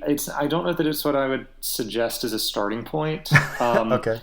I mean, she's a something moment is what this person recommended. To me. A still moment. Well, that sound familiar? She's much better known as a short story writer. Yeah. And so, her collected stories is worthwhile. If you want to go to one collection, I'd say The Golden Apples, which is a linked story cycle. Right. Yeah. Can I just say there's a great moment in the DT Max book where David Foster Wallace jumps behind a pile of towels while he's working as a towel boy at the gym because he sees, is it Michael Connolly, who he was on a stage with, receiving an award as an emerging writer on the same stage as Eudora Welty. Right. And he's so embarrassed. But he absolutely shared a stage with Eudora Welty, who he was a big influence in my undergraduate years in the 1990s. And, she even then was sort of amazing that she's still alive. She was one of those mythical persons. If Flannery O'Connor had lived another 30 years, like what would that have been like? It was like, well, we got to see it with Eudora Welty. Right. Yeah, they get compared a lot, right? Like a lot of similar themes and Carson McCullers, sure. Southern Well, writers. both writing about small towns. Welty is more essentially comic, and while O'Connor is super funny, like there's always she's always thinking theologically. There's always the very real end times for her. Yeah. I loved this year. Couple of things that are just a year or two old here. Trust Exercise by Susan Choi. Yeah, I read that this year. Oh, man. We talked about that last year. Yeah, Mike Miley last year said that was his favorite book that he read last year. It blew me away. It's pretty great. And then yeah, it was good. Lost Children Archive by Valeria Lucelli. So good. I found it at times so upsetting, and I am not. It's horrific. And I am not a parent, and so I can only imagine how exponentially more upsetting it must be for a parent to read. Yeah, Rachel she read it this year too, and in her dissertation's acknowledgments, she block quotes a portion from that novel as kind of like a thank you to her daughter. To our daughter, to Flannery. And it's like a very poignant passage about what being a parent is like. And it's... A big chunk of it, though, is also a road trip novel. And I love, a road trip book. I have followed, her career since she was first translated. I love all of her work. And this won the National Book Award or was nominated for it, whatever. But, clearly, it's not, an unknown work, but if you haven't read it, I think it came out last year. I think people should go out of their way to read it because I do think it is super important. And really what I was saying earlier about the identifiable victim syndrome, right? Like we hear these stories of there's kids in cages and there's thousands of people being treated this way. It's like, go listen to one person's story or 10 people's story. Yeah. And, the companion book to it is like that other nonfiction book she wrote called Tell Me How It Ends. And that's a really short book about her experience working as a translator in the New York court system for, people who are trying to seek asylum. So I love that book as well. Luter, looking at your list, what can you tell me about Anne Lamott? You read Traveling Mercies by her. I'm curious about her. I've not read anything, but I watched this show this year called Midnight Gospel. It's like a super trippy cartoon on Netflix that came out this year, and one of the episodes is just like her being interviewed. Okay. Like the audio from like a podcast, but on top of this like Rick and Morty meets I don't know, South Park meets. It's super bonkers, trippy 80s cartoon, But I found the interview really compelling, so I'm curious to know more. I am not an expert on her by any means. I really love Bird by Bird, her book about writing. I love about 10% of that book. I know a lot of people revere that book. Okay. And so I was like, I'm going to go read Bird by Bird because so many people love it. And it's like the beginning of it, that first shit where she lays out bird by bird and tells a story about it is great. And then pretty much everything thereafter, I was just like, it's all right, man. Okay, whatever. It's just okay for me, and dog. Again, she's just all right for me. She's she is super religious in a way that I cannot relate to. That's what I came across in her. That she's pretty Jesus-y. She's also the white person with dreadlocks. I don't know if you know this about her, but if you want to take religious advice from the white lady with dreadlocks talking about Jesus, go for it. It's just not me, dog. Right. I'm out. But she had addiction stuff, right? Like she comes from an alcoholism background, right? I think. Similar to Mary Carr, I would say her take on that is similar to Mary Carr. And there is an essay in Traveling Mercies on how she came to the dreadlocks. Awesome. And I'm out. No, it's an essay. It's an essay collection. It is, thoughts on faith, on what it means to to sort of be religious in the way that she is, which is in certain regards, fairly orthodox Christianity theologically. In certain sort of other regards that are perhaps more cultural than theological, like she is a little bit more non-conforming, perhaps. But yeah, I'm sure you all have this experience too, of sometimes you, as a reader, sort of the way you pace what you read really matters, right? And so I had just finished reading Lost Children Archive, and I just kind of said, I need something that is going to be shorter pieces. An essay collection feels right now, but I need something that is a little more upbeat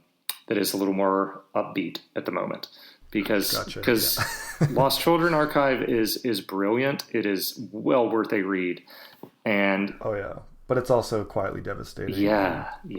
And all that stuff. I love the Polaroids in it too. We're talking about Polaroid King. The images. That's part of the road trip book, but like book as object, it's a great, just total package. I love sort of fiction that plays around with sort of citing its sources the way that it does, and sort of you learn so much from that, and playing around with sort of like blurring some lines between fiction, what we would think of as in finger quotes creative writing, and then doing something that is critical or analytical. Kind of similar thing happens in Just Us, to go back to the Rankin. If you have the book open to just about any page, and there is her writing on the right, and then she sort of cites things on the left page, including at times, and she uses this term, fact-checking her own writing. And so cool. it does, and she did some of this in Citizen too, like appropriating some quotations into her own work and citing them.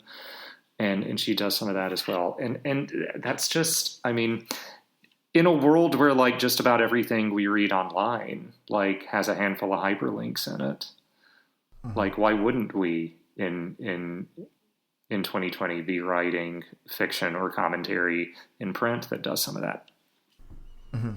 Well, and I think, cool. Lost Children Archive was a lot of thinly veiled fiction, right? Like the sound, like auto. The sound designer part of it is made up, but like her and her ex-husband, who's also a writer, in the book they're both like not sound designers, sound archivists, right? Alvaro Enrique was her husband, and they had a pretty semi-public divorce, and had written their own works and had gone away together with their, like, it was all very similar except for they were fiction writers instead of sound archivists. But his books are also quite good. I think he has a book about a tennis match, which if you haven't read Alvaro Enrique, he's pretty good. But, cool. Matt, sweet. What else is on your list? What else did you read? Oh gosh. Tell me about Brooklyn Follies by Paul Auster. I've had that for about a decade on my shelf. Haven't got to it yet. Worth it? That is the earliest thing on my list, which is to say I read it in January 2020, which is to say I read it in the before times. So I'm going to be entirely honest, with no intent of disrespect to Paul Auster, whose work I love. Sure. And just say I am not remembering it terribly well right now. Okay. I read last year, The Book of Illusions, which stuck with me much, much more. And is kind of... It's one with the horse on the cover, right? In the bathroom. The horse in the bathroom. There's a horse in the hospital. Do you know that John Mulaney I know. stand-up about Trump? Yes, I do. And which, by the way, let me say congratulations to you guys living in the U.S. that you're getting a new president next month. That's fucking A. Wonderfully fantastic news. We haven't got to mention it on the show yet because we haven't had a show in 3 or 4 months, but that's a big geopolitical event that we just got to experience recently.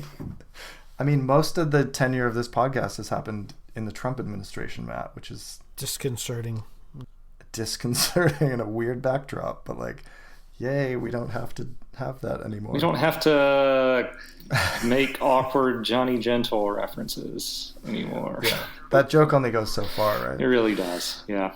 Yeah. Yeah. I'm curious about your reading of Paul Beatty's book. Oh man, it is The White Boy Shuffle. I've not read it, but I really love The Sellout. If you liked The Sellout, you'll like The White Boy Shuffle. It is. Cool. It is. I would say the Sellout is better. The Sellout is. I laughed out loud so much reading The Sellout, and then had the immediate reaction of like, oh boy, right. Am I allowed to laugh? Should I have just laughed at that? Right. Yeah. The White Boy Shuffle has some similar things going on. It is. It's fun. If you like The Sellout, cool. I would recommend it. You can see him still sort of figuring out some of the moves that he will sort of perfect with The Sellout. Mm-hmm. Cool. Yeah. Good to know. How about you, Matt Booker? What's your kind of like shotgun top 5, top 10 from this year? I want to mention a couple of other books we haven't touched on yet that are probably unique to my list, and I'll go through them right quickly. One is one of my favorite books of the year. Maybe I've put as my number 1. It's called Red Pill by Hari Kunzru. Oh yeah, and you've talked about this book in the back channels. Yeah, it's fantastic, and it's about a writer who gets a fellowship to a prestigious institute in Germany, in Berlin, and he goes there and just basically can't write, fucks around, and he wanders around Berlin. And he comes across this grave of the Romantic writer Heinrich von Kleist. And he gets sort of obsessed with von Kleist, who killed himself. And he binge watches this fictional police procedural show called Blue Lives, which is like Cops on steroids, like even worse than Cops. And he just gets totally obsessed with it and ends up kind of meeting the creator of it, but then you're not sure if he's actually like interacting with the creator, or if it's just in his mind, and sort of unreliable narrator from then the rest of the book. And it's a really compelling book. It's one of those ones you pick it up and you're just like, you're in it. You're just sold. So Red Pill is up there for me. I was lucky this year, and like 3 or 4 of my favorite writers living published new books this year. One of whom is Sarah Gerard, who I've mentioned on the show before, and she has a new novel out this year called True Love. If you haven't read it, I highly recommend this book, which is kind of a thinly veiled biography, right, of a person who moves to New York City, lives amongst a bunch of like poor, starving artists, gets kind of caught up in her own love life. And so it's the plot of Girls, the TV show. Sounds like it, but it's not. Right? It sounds like it could be, but it's not. But it's which is a show that I like. Especially if, like me, you lived in New York City in your early 20s. There's a lot of appeal there, but she's one of those writers who I would say I'll follow her anywhere. Whatever she does, I want to read it. And I would add to that list of Nicholson Baker. So, oh, you love him. He's who I got into like literature from, right? Like I discovered John Updike and Vladimir Nabokov from reading Nicholson Baker in high school, and I would not have been an English major. He's your Rushmore. He is. Yeah. And he has a new book out this year called Baseless. Not his best book, honestly, but it is about his attempts to search through the Freedom of Information Act requests to find out if and when the United States used chemical weapons or biological weapons in the Korean War. And wow. he has a lot of evidence that the U.S. did stuff like put pathogens into their rice crops, release mosquitoes, all kinds of weird shit that they did. But of course, like the CIA, the FBI has all like blacked out these requests. And he's been doing this since like 2008 of trying to get these requests. And he's like, you know what? I might die before I could ever finish this book. So I'm just going to sit down every day for like a year and write about everything that I know about this project from the Korean War. So it's not a perfect book because he doesn't have all the proof, right? He doesn't have all the evidence. Right. But he's another one of those guys. If he writes something, I'm going to buy it and read it. And another one like that is one of my favorite writers who's also a cartoonist, Adrian Tomina.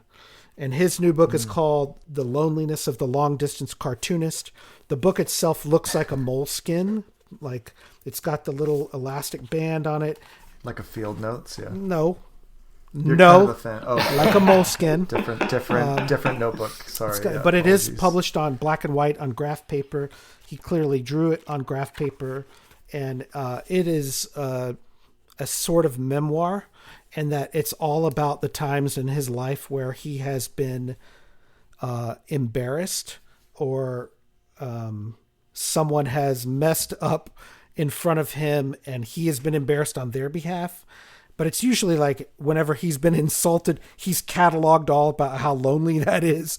And like, it is phenomenal. And like, if you like his artwork, if you like his sensibility of being sort of an outcast, but also, he's a well-regarded guy. He's on the cover of the New Yorker this week all the time. He writes for the New York, he draws for the New Yorker. And yet he feels like the Rodney Dangerfield. Like, there's no respect, right? And this is his attempt at cataloging all of that. So between him, Nicholson Baker, Sarah Gerard, new books. The other one that I got to mention, new book this year, is Stephen Moore, who is sort of one of my heroes in life and an ideal critic, I believe. Published this book with Zero Gram Press called Alexander Theroux, and it's sort of a collection of his writings about Alexander Theroux. And a lot of it has been published before, but it's never been collected in this way. And I sort of feel like, what I like about Stephen Moore is that he tries to bring attention to books that should have more readers. Yeah. Darkenville's Cat is that way. A lot of Theroux's books, Three Wogs, Laura Warholic, they should all have more attention. But I really am thankful to Stephen Moore for putting out that book. And it's, if you haven't picked it up, if you have any interest in Darkenville's Cat or Alexander Theroux in general, I highly recommend picking up Stephen Moore's, as far as I know, the only book-length study of Theroux's work. The last one in my top 5, and I should pause to say The Silence and Lost Children Archive probably in my top 5 reads of the year.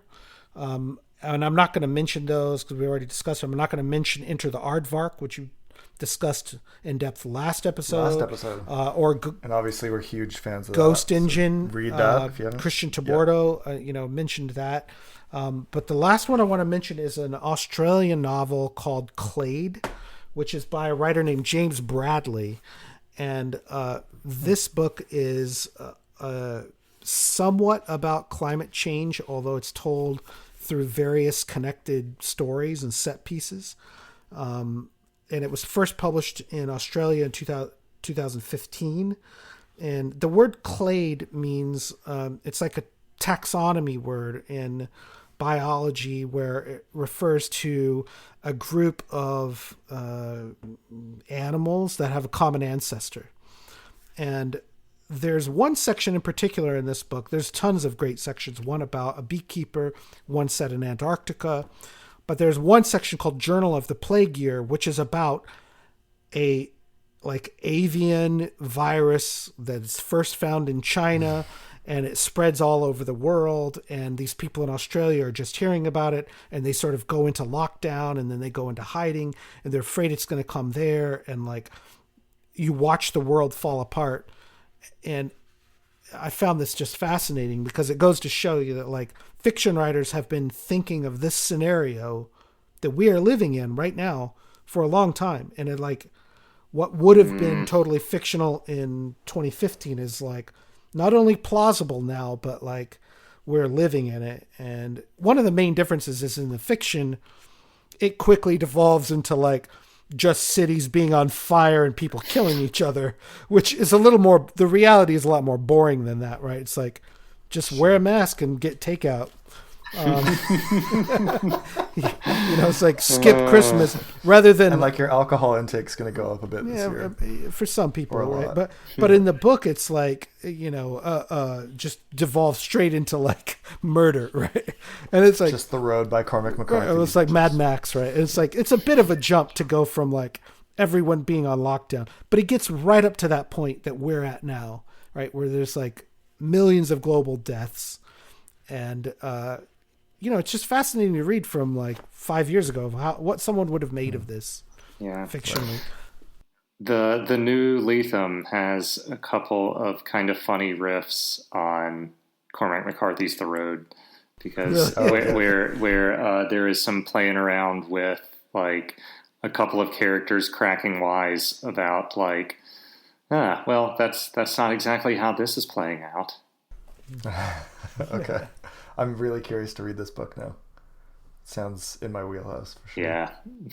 And I'm going to mention one more book before we take a break here, Dave, which is that I picked up this book, Ant Kind by Charlie Kaufman. And our buddy Alex Moran and I talked about it a little bit. And I started reading it, and I got to say, I did not finish it. I found the premise of it like very... By choice. Well, yes, but I found the premise of it very interesting, and I got into it about almost to page 300, and then I felt like there's no way this guy's going to be able to like sustain this. Like, he's building this huge, like, architecturally interesting building, but it's going to like collapse, or it's going to be like just a failure. And I still want to finish the book, but it's again a very unique narrator, a very unique voice, and I think he's a great filmmaker. I don't know if he's a great novelist, but he's got a huge book here to chew on if you want to pick up a 700-page novel by Charlie. Our friend Kaufman. Ben Diamond mentioned this in his year in review that he sent us, and he was not thrilled by this novel. He found it really quite unpleasant. Well, I would give anyone permission that if you get into a book and you don't like it, just quit. That's what I do. Yeah. Life's too short. Read the good stuff. Anything else, Booker? Well, I probably do have more books to talk about. I don't want to go too far, but one more that I'll mention that I really did enjoy, and it's kind of unique for me, is a nonfiction book called Tracks. And it is by a woman named Robin Davidson. It was published a long time ago, but it is a true memoir of a woman who rode solo 1,700 miles across the Australian outback on camels. And before she even does this, she moves up to Alice Springs, kind of in the middle of Australia, and she doesn't know anything about camels, right? She's got to learn about how to take care of camels and how temperamental they are and what weird animals they are. And I don't know. I would say if you liked the book Wild by Cheryl Strayed, it's somewhat similar to that, where it's like one woman on a journey out on her own. So like Eat, Pray, Love as well. I never heard of that book, so I can't speak to that. I never heard of it. But, I would really recommend Tracks by Robin Davidson. It's a very unique experience of someone. I'm always attracted to the story of a journey, solo person on their own, true life story, against all odds. And how did they do it? So check out that book. I think that's all I have. Last year, I mentioned a book by a writer called J.R. Helton, who I still think J.R. Helton doesn't get enough recognition, even though he's got a big name publisher and he's successful now. His books are well known compared to how they were before. I went back and read one of his earlier books this year called The Jugheads, and it's really about like how fucked up his parents were, and it's fantastic, especially if you love stories of like kids growing up in rural Texas like I do, and how tough life could have been, and especially with a problematic father. And he's just very much almost like a beat, right? Like he's just very much in the moment, living his life and writing about it. So I would say check out The Jugheads, J.R. Helton. Not many people have read that book, except for R. Crumb. And Crumb, is a huge fan of J.R. Helton and has illustrated most of his books. Huh. So the cover is by R. Crumb. And Terry Zwigoff, all those guys love Helton's work, and they kind of overlap. I love like someone who creates their own world, and like every time you pick up one of his books, it's just like you're in one part of his universe, and there's some overlap with the other ones, and they're fantastic. So any of his books, J.R. Helton, pick them up. Jughead's sort of foundational because it's about his childhood, but I think that's all I got on books, man. It's cool. 3 a.m. here in Austin. I've been recording now for 13 hours. And I'm ready. I haven't even talked about my list ready to yet. Get some hummus and some dinner. No, Dave, give us your top 12. Okay. Well, I think I had my most prolific reading year in like the last 5 years this year, at least for like pleasure. And I think I shamefully got only to like 29 books done, which compared to you, Luter, who said this was a lame year for reading for you, you almost doubled that. Miley said 80 last year. I think he was at like 90 something this year. Like, you guys are freaks.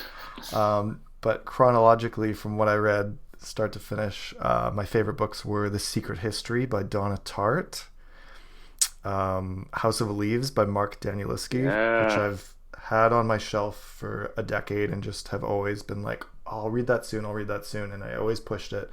And then a friend in New Zealand this year had 2 copies at his house, and I was like, can I borrow one of those? And then I just hammered it out in like a week or two, and it's like a top 10 book phenomenal. Of all time. I just loved it. It is so great. Did we talk about, Dave, how I was sort of well before I ever read it, I had multiple friends who said to me that book gave me nightmares. And so yeah, I've heard people talk about the horror aspects of it as being really sticking with them. And so I had mentioned this to a student I had 7-8 years ago who really loved that book, and to sort of call my hand on it, like she gave me a copy of it, and like inscribed it to me, like, hope it doesn't give you nightmares. And and yeah, I read it. I did not have nightmares. Did you have nightmares? I don't think so, no. But it is. I just really loved it. It's pretty intense in a wonderful way. Yeah, it's a nail biter for sure. Mm-hmm. But the premise. One weird thing about it is that there is a character in it named Karen Green, who is an artist. That's right. Yeah, that did strike me. She's the wife character in that. Is that right? It's weird, right? Yeah. Because that book came out in what, like early 2000? Like 2000 or 2000? Yeah. Before Wallace, I think, even met Karen Green. Probably. Yeah. I was like really intimidated by House of Leaves for a long time, just based on the width of the spine. Like I thought it was going to be like, okay, this is another mega novel. I have to set aside like a month or two for this. But actually, it's like a pretty fast read. The page layout stuff goes quite quickly in some sections, and it's deceiving for how long you think it's going to take for how long it actually does. Yeah. So if you're scared of this book, House of Leaves, based on that, don't be. It's just like a regular sized novel. I would this say. is how I've and it's nuts. This is how I've been trying to foist the mystery.doc on people. Oh yeah, let's talk about that, because I'm on page like 600 and I've been reading the book for like 2 hours, right? Oh, it's so good. It's very comparable, actually. So the mystery.doc, I can't really speak to it because I haven't finished it, but I'm on page like 600 something of this book. I think I talked about it last year in our year in review. Don't recall. Let's edit that one out. Sure. Can we retcon that into oblivion? I'll go back to that episode. I'll re-edit it. I'll republish it. That's called retconning it. Yeah. Retcon. I think that book was compared to like walking through an art exhibit, and it's like you go through this massive museum. You can go over there. You can go over there, and you sort of wander around just through various rooms. Sometimes you're looking at a film. Sometimes you're reading a voice. Sometimes you overhear something. At least through page 600 or so, it doesn't make a ton of cohesive sense. It's just like an experiential thing. Yeah. It's kind of Ducks Newburyport-ish in a way, I guess, like that. A lot of found archival stuff, memory loss stuff. I woke up, I don't know who I am. I think Ducks Newburyport is much more dense, right? There's a lot more density to it. Yeah. Sure. Oh yeah. Definitely. It's way more of a slaughter. But sure. but you can also fall into a groove with it. You can fall into a groove with Ducks to where you don't even notice the fact that. Totally. It's true, but it still takes more time than like Yes. Yeah. Getting through 50 it's not pages a page of flipper, it. The way mystery.doc is. No, you can be on page 100 in like an hour, and it's great. Because I love a good book where it's like, I just picked it up and I'm on page 100. That feels nice. Yeah. But also it is a little disconcerting for some people who I think don't know what the fuck is going on, and they want to have some idea of where this thing is going by page 100. And like I said, you don't have that sense by page 500.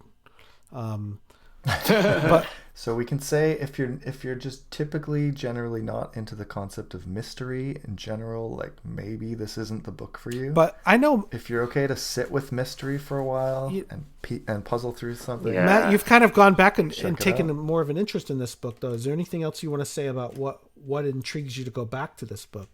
Mystery.doc now. Just Brendan McIntosh, is that the writer's name? Matthew McIntosh, right? Yeah. Matthew McIntosh. I do think there's a couple of sort of big ideas that are sort of recurrent through it.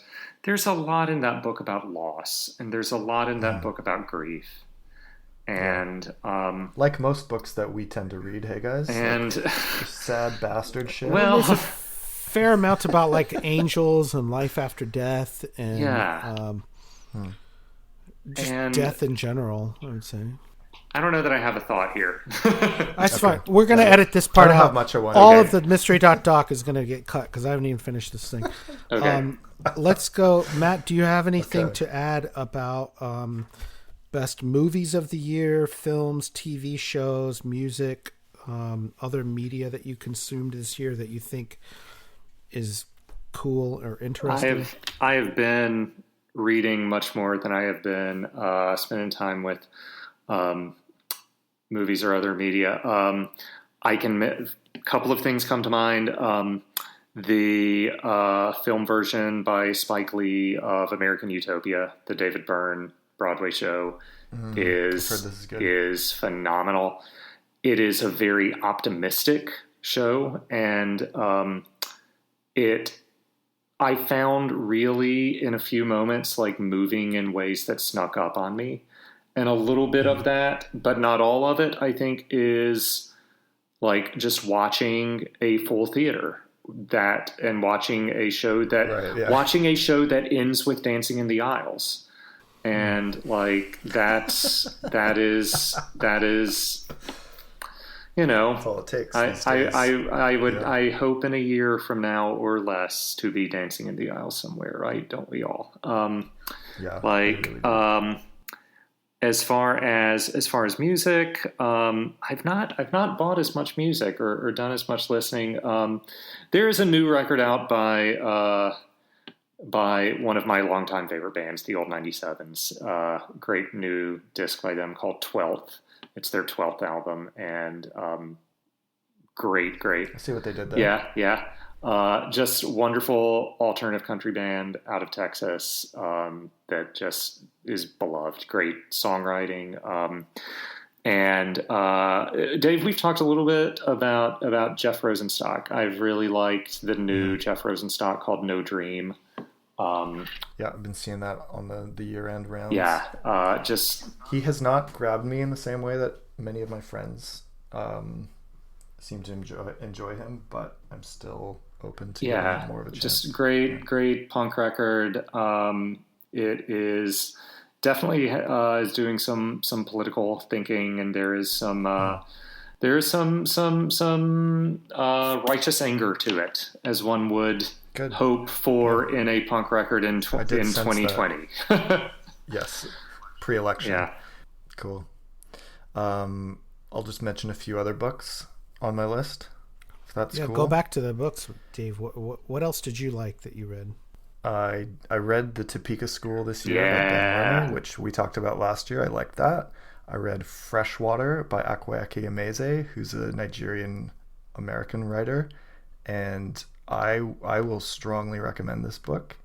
It is quite bonkers. The premise is that it's kind of autobiographical based on their life.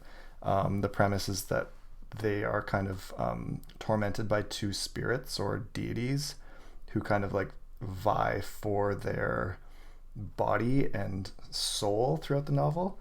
But then there's also, the character also has allegiances to, like, they have something of a Christian upbringing in certain aspects of their life. And so Jesus makes appearances in like this kind of otherworldly psyche, soul warfare thing that's going on. It is a wild read, and I really thoroughly enjoyed it. Emeze has a new novel that just came out this year, which we have, but we haven't got a chance to read it yet, but I'm pretty keen for it. Stoner by John Williams is a book I read this year, which I've had on my shelf for a very long time. I kind of just went back to my shelf this year, and I just read a lot of books that I've been meaning to read for a long time. That's one of them. I would say one of my top 3 favorites this year was Let the Great World Spin by Colum McCann. He's Irish great. American writer. I like it too. My kind of mentor, the professor who got me into White Noise, which was like my Rushmore moment, he recommended it to me through email this year, and I checked it out, and totally like DeLillo vibes. The opening scenes, Philip Pettit. Oh yeah, the tightrope walk between the Twin Towers in the 1970s. Very like big opening New York set piece. Reminded me of DeLillo a lot. I loved it. And if you haven't seen the documentary, of him, Men on Wire, Man on Wire, great which is film, absolute hero of mine, just absolute fearless human being. And to do something that dangerous, that insane for purely like aesthetic reasons, it's almost unparalleled. So I see the appeal of that to Colin McCann, DeLillo, for sure. I see the appeal of that. That was really, that's a great, and I gotta say, Colin McCann has written a bunch of other books that are also really phenomenal. So if you haven't read his other books, read more of them, especially because I miss New York. When we were talking about the Zadie Smith book, a lot of it is like what it's like to be in New York during the pandemic, and going back to April when things were really bad in New York, imagining just what it was like to be there, and just imagining like not being able to take the subway and like not going into work. Like, it's hard for me to think what that must be like for them. Sure. But reading that book it's phenomenal, man. It's a great New York book. Let the Great World Spin. Totally. Another New York book that I read this year was Otessa Mossfay's My Year of Rest and Relaxation. It was just all right for me, Doc. It was just all right for me. Well, it did include, I mentioned it mainly because it includes a Wallace reference and a DeLillo reference, Mao too, and then she makes fun of like Brooklyn hipsters who all read David Foster Wallace. Her description of that was like absolutely me. Except for it's like set in 2006 or something. Except for I don't live in Brooklyn anymore. But yeah, it was absolutely devastating, and in a way that was like made me think of her as an enemy, like straight up, like.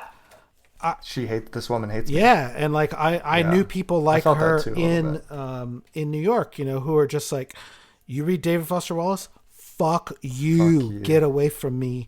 And it was like that's all you had to say to just be like, that sentiment's alive and well in 2020. I think. For sure. I mean, we're doing our best to hopefully counteract that. You know, like hopefully there are some thoughtful, sensible people who like Wallace and some other pantheon of other great writers. I gotta say, I don't even mind it in retrospect because it means you stand for something, right? It's like if you hate me that much, just based on that, I was like, that's strong. Because a lot of other people I meet in my life are just like, I never heard of any of these books. Who? Any of these books you all talk about is like, you know, you're like you know who Wallace is. Well, it's cool. It's just shocking to me of how many grown ass adults like don't read one book. Yeah, that's true. Or you know, read on their phone or on their Kindle for a few minutes and be like, they read something this year. So the people who are actually reading, it's like, even though you hate my sensibility, we're on the same team. Yeah, we're on the same wavelength. I have found myself thinking about my year of rest and relaxation a good bit this year, just because I mean, I don't know, like it's in the title. Well, and haven't we like all had our moments this year of just like I would like to, you know, just sort of like sleep for 16 hours a day every day. Well, and maybe I can go to sleep and wake up like next year, and things will be different and better. Yeah. Like there's a little element of wish fulfillment perhaps there. There's a great line of David Sedaris has an essay where he talks about unemployment, and he's like, my recommendation if you ever find yourself unemployed is massive amounts of sleep. You know, and it's like, it's sad but true. It's like the more that you can just let's just try to forget this ever happened, like just get through this as much as possible. And like the poor people who are just hunkering down are the ones sort of suffering the most, right? Like the people who are out living their life as nothing has changed, making it worse for the people. Like there's such a weird dichotomy going on, you know, of like, yes, those people who have given up so much and are suffering and being alone and trying to just mentally battle every day are in direct opposition to the people who don't give it a second fucking thought. You know, if like, I'm going to go to Taco Bell every day, or I'm going to go and sit down at the Outback Steakhouse every Friday. And I don't know, we just never lived through something like this, man, where it's like, where that's, that, you know, in the book, My Year of Rest and Relaxation, it's really like, it's just her, right? It's just her problem. It's not like a global pandemic where we're all trying to stay indoors indefinitely. Kind of a funny segue, title-wise, I enjoyed the book How to Behave in a Crowd by Camille Bordas this year. It's a novel, she's right? Married. It's a novel? Yeah. Speaking of crowds and avoiding them. She's married to Adam Levine, power couple of the literary world. I thoroughly enjoyed her book. I read Hey Nostradamus by Douglas Copeland. He's a writer from Vancouver, BC. He's probably my favorite Canadian writer, I would say. That's a book that's been on my shelf for 10 years. Really liked it. And just today I finished another book that's been on my shelf for a decade, The Names by Don DeLillo, which I would say was like fine. Definitely not one of my more favorite DeLillo books, but there are sections in Jerusalem, there are sections in Istanbul, there are sections in Victoria, British Columbia, where I currently live. There are sections in the Wadi Rum Desert in Jordan, which I've also visited. So I found a lot of like places that I've spent time in or lived in were like kind of not necessarily the epicenter of this book, because Athens, Greece is where most of the action happens, but I just kept finding myself like getting those dopamine hits of like, I know what that is. I've been there. I can totally picture this. So that was a fun experience. So that was my list in books. How would you rate it? I mean, to me, when I look at the DeLillo books that I have read, I haven't read everything, but yeah, me neither.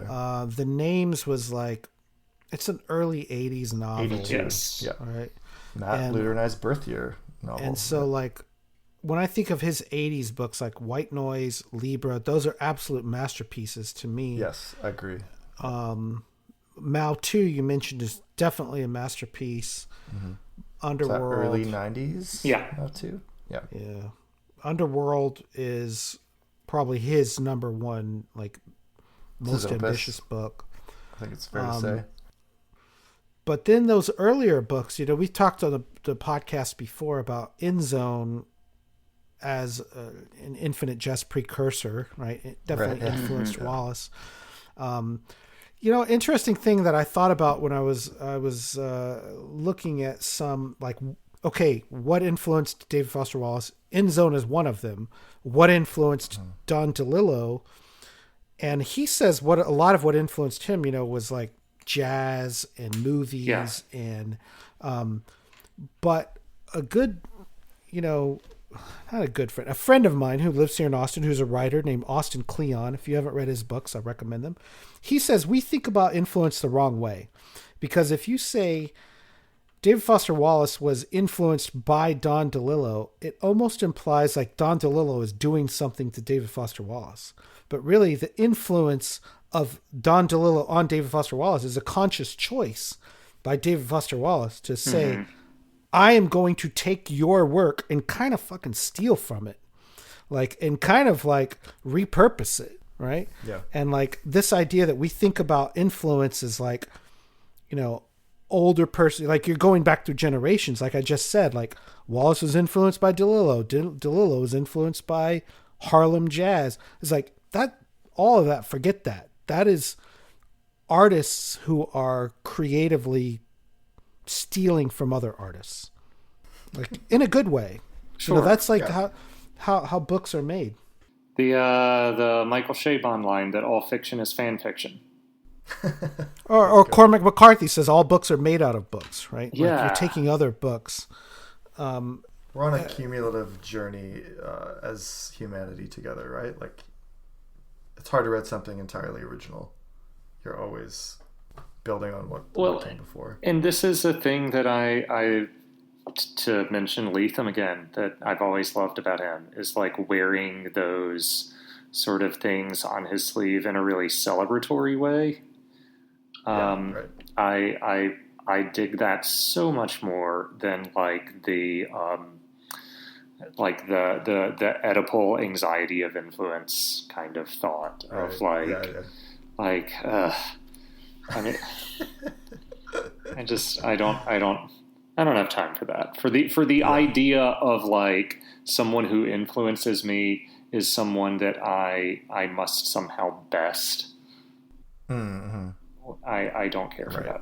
But I think going back to DeLillo, you know, this is an interesting question. Like, okay, let's say you've read Underworld, Mao 2, Libra, White Noise. You know, what is like, to me, what is tier 2 of DeLillo? And when you look at, I know Matt would probably put Great Jones Street up there. I would. That's exactly what I'd do. Not tier 1? You know, might be tier 1 for him, but I'm just saying. That's what I mean, yeah. For the rest of us, is tier 2. I would put Point Omega as a strong tier 2. Okay? I would take that. And it has been a long time since I've revisited Americana, but there's a whole lot to like in it. I've not read that one. There's a whole lot. It's his first book. Yeah. In Zone is strong tier 2. This could be controversial. I might put Players tier 2. Oh, I haven't read that one. That's another one of the early 80s ones that's a little under discussed. Late 70s. Is it? It may be late 70s. It's a little under. It's a little under discussed. I think so. But yeah. And Ratner's Star is the one with the math genius, right? Yeah. Is that the? I like Ratner's Star a lot. Maybe better than. I have read players. it, and I will not claim to. I mean, I know there's argument about like, do you have to understand the math stuff? And Ratner Star lost me in some spots. Okay. Yeah. I still like it. I don't know that I understood every word of it, but I think that it's, again, him on this ambitious path. Yeah. That leads towards, white noise and underworld in the 90s. It's Ratner Stars. I remember it was published the year I was born, right? So I have a fondness for it. 54, was it? 1931. Oh. Jeez. No kidding. But I will say, after I remember I graduated college, and one of the first DeLillo books that I bought after that was The Body Artist, and I was like, wow, this is a piece of shit. Yeah, that was not a strong read for me. Yeah. And then I remember Cosmopolis came out, and it was like, he did this New York reading, and I was like, I like it more than most people do. Not a fan, bro. I like it. Yeah. Not a fan. Its moments, but overall, I've got a hot take. I've got a hot take on it. I think it is. I think time has been kind to it. I think it was not the book that people wanted from DeLillo in that moment, because there was a moment there. It was his first novel that was published after 9/11, and there was a moment of. If there is an American novelist who can explain 9/11 to us, It might be Don DeLillo. He has written about terrorism. He has written about New York. Yeah. He has set a book partially at the Twin Towers. And his first... When was Falling Man? Was it a year or two after? 2007. It was later, That's a long gap, huh? And so, like, it got some very bemused reviews, because I just think it was not... people did not want a book about cyber capital from DeLillo in 2003. And then what happened about 5 years after that? And so like, if you have not revisited Cosmopolis recently, like, I think it has aged way better than a lot of people expected it to. I like it a lot. I'm also going to throw out there, if you can get your hands on a copy of Amazon's. Now I haven't read it. The hockey book. It is a blast. It is. This is the pseudonym book, right? What's the name again? Amazon's. No, I know, but what's the writer's? Cleo Birdwell. Birdwell. Right. Yes. Cleo Birdwell. Yeah, thank you. It is a blast. It is Murray J. Siskind is in it. Oh yeah, okay. I have to read it now. He's one of the greats. Like, it is. Copies of it are very expensive. I checked it out from the library when I was in grad school, and it is a blast. It has, it has jokes. Like, it is. There's a silliness to it, maybe, but like, that's fine. DeLillo can be silly. Sure. He's allowed. Well, on that 30-minute rabbit trail down DeLillo's archive, I guess that's probably a good way to wrap up our year in books at the 2 hour and 15-minute mark. Probably the longest episode we've ever recorded, I think. So as we said, this will be part 1 of our year in review. The other televisual, pop cultural stuff will come in part 2. Matt Luter, thank you so much for your generous time tonight, running us through your awesome list of reads. Thanks for sharing yours, Booker, as well. It's good to talk to you, Matt. Oh my gosh. Also just good to hang out. Absolutely. Gentlemen, real nice. Always good to spend time with y'all. Yeah. We've done this a few times during the pandemic, but not with quite the same literary rigor that we've spent these 2 hours, I would say. Well, I also think we invited you on here because you have read so much and our sensibilities align a lot. And yet I think of your top books, I've read none of them. So I think I have a lot left to learn from. And I just want to say And I could say pretty much the same to you. Yeah, like I got some good things to check out myself now. Yeah, me too. My year in reading typically is just what Matt and Mike recommended the year before, and then I just try and read a lot of those books with a few other ones thrown in. But well, awesome. Thanks so I learned much, a Matt lot Luter. from everyone who writes in as well. So yeah, I would say if you listen to this and enjoyed it, email us some recommendations too. Totally. And we have had quite a few people writing in the last 6 months saying that they are excited for this episode specifically every year, and they're super keen for it this year. So I think we're giving a pretty robust version of a book chat this year. So I think it's fine. I think people have 2 hours to spare these days. Hey, do you know the podcast Dan Carlin's Hardcore History? Yeah, I do know of it. I mean, that guy is super rigorous, but he puts out it's like 4 hours. 4 hour episodes. Yeah. Wow. And he's just like reading off a script too, right? Like it's not conversational. It's kind of conversational, but okay. It's just him. Hopefully we had enough gags here to keep you interested listening. It's a good word. Gag is a good word. I mean, in that context. Yeah, totally. Well, barf humor aside, which I love. Thanks for listening. Stay tuned for part 2 coming very soon. Thanks again, Matt Luter. Thank you all. This was a blast. Catch me now as I say,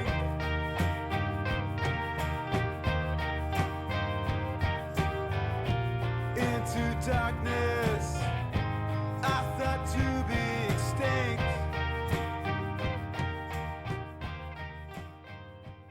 Hey, welcome everybody. It's episode 58 of the Great Concavity. What episode is this, Matt? I have no idea. 57 or 58? Let's do it again, because I feel like my hat hit the microphone. Yes, let's do it again.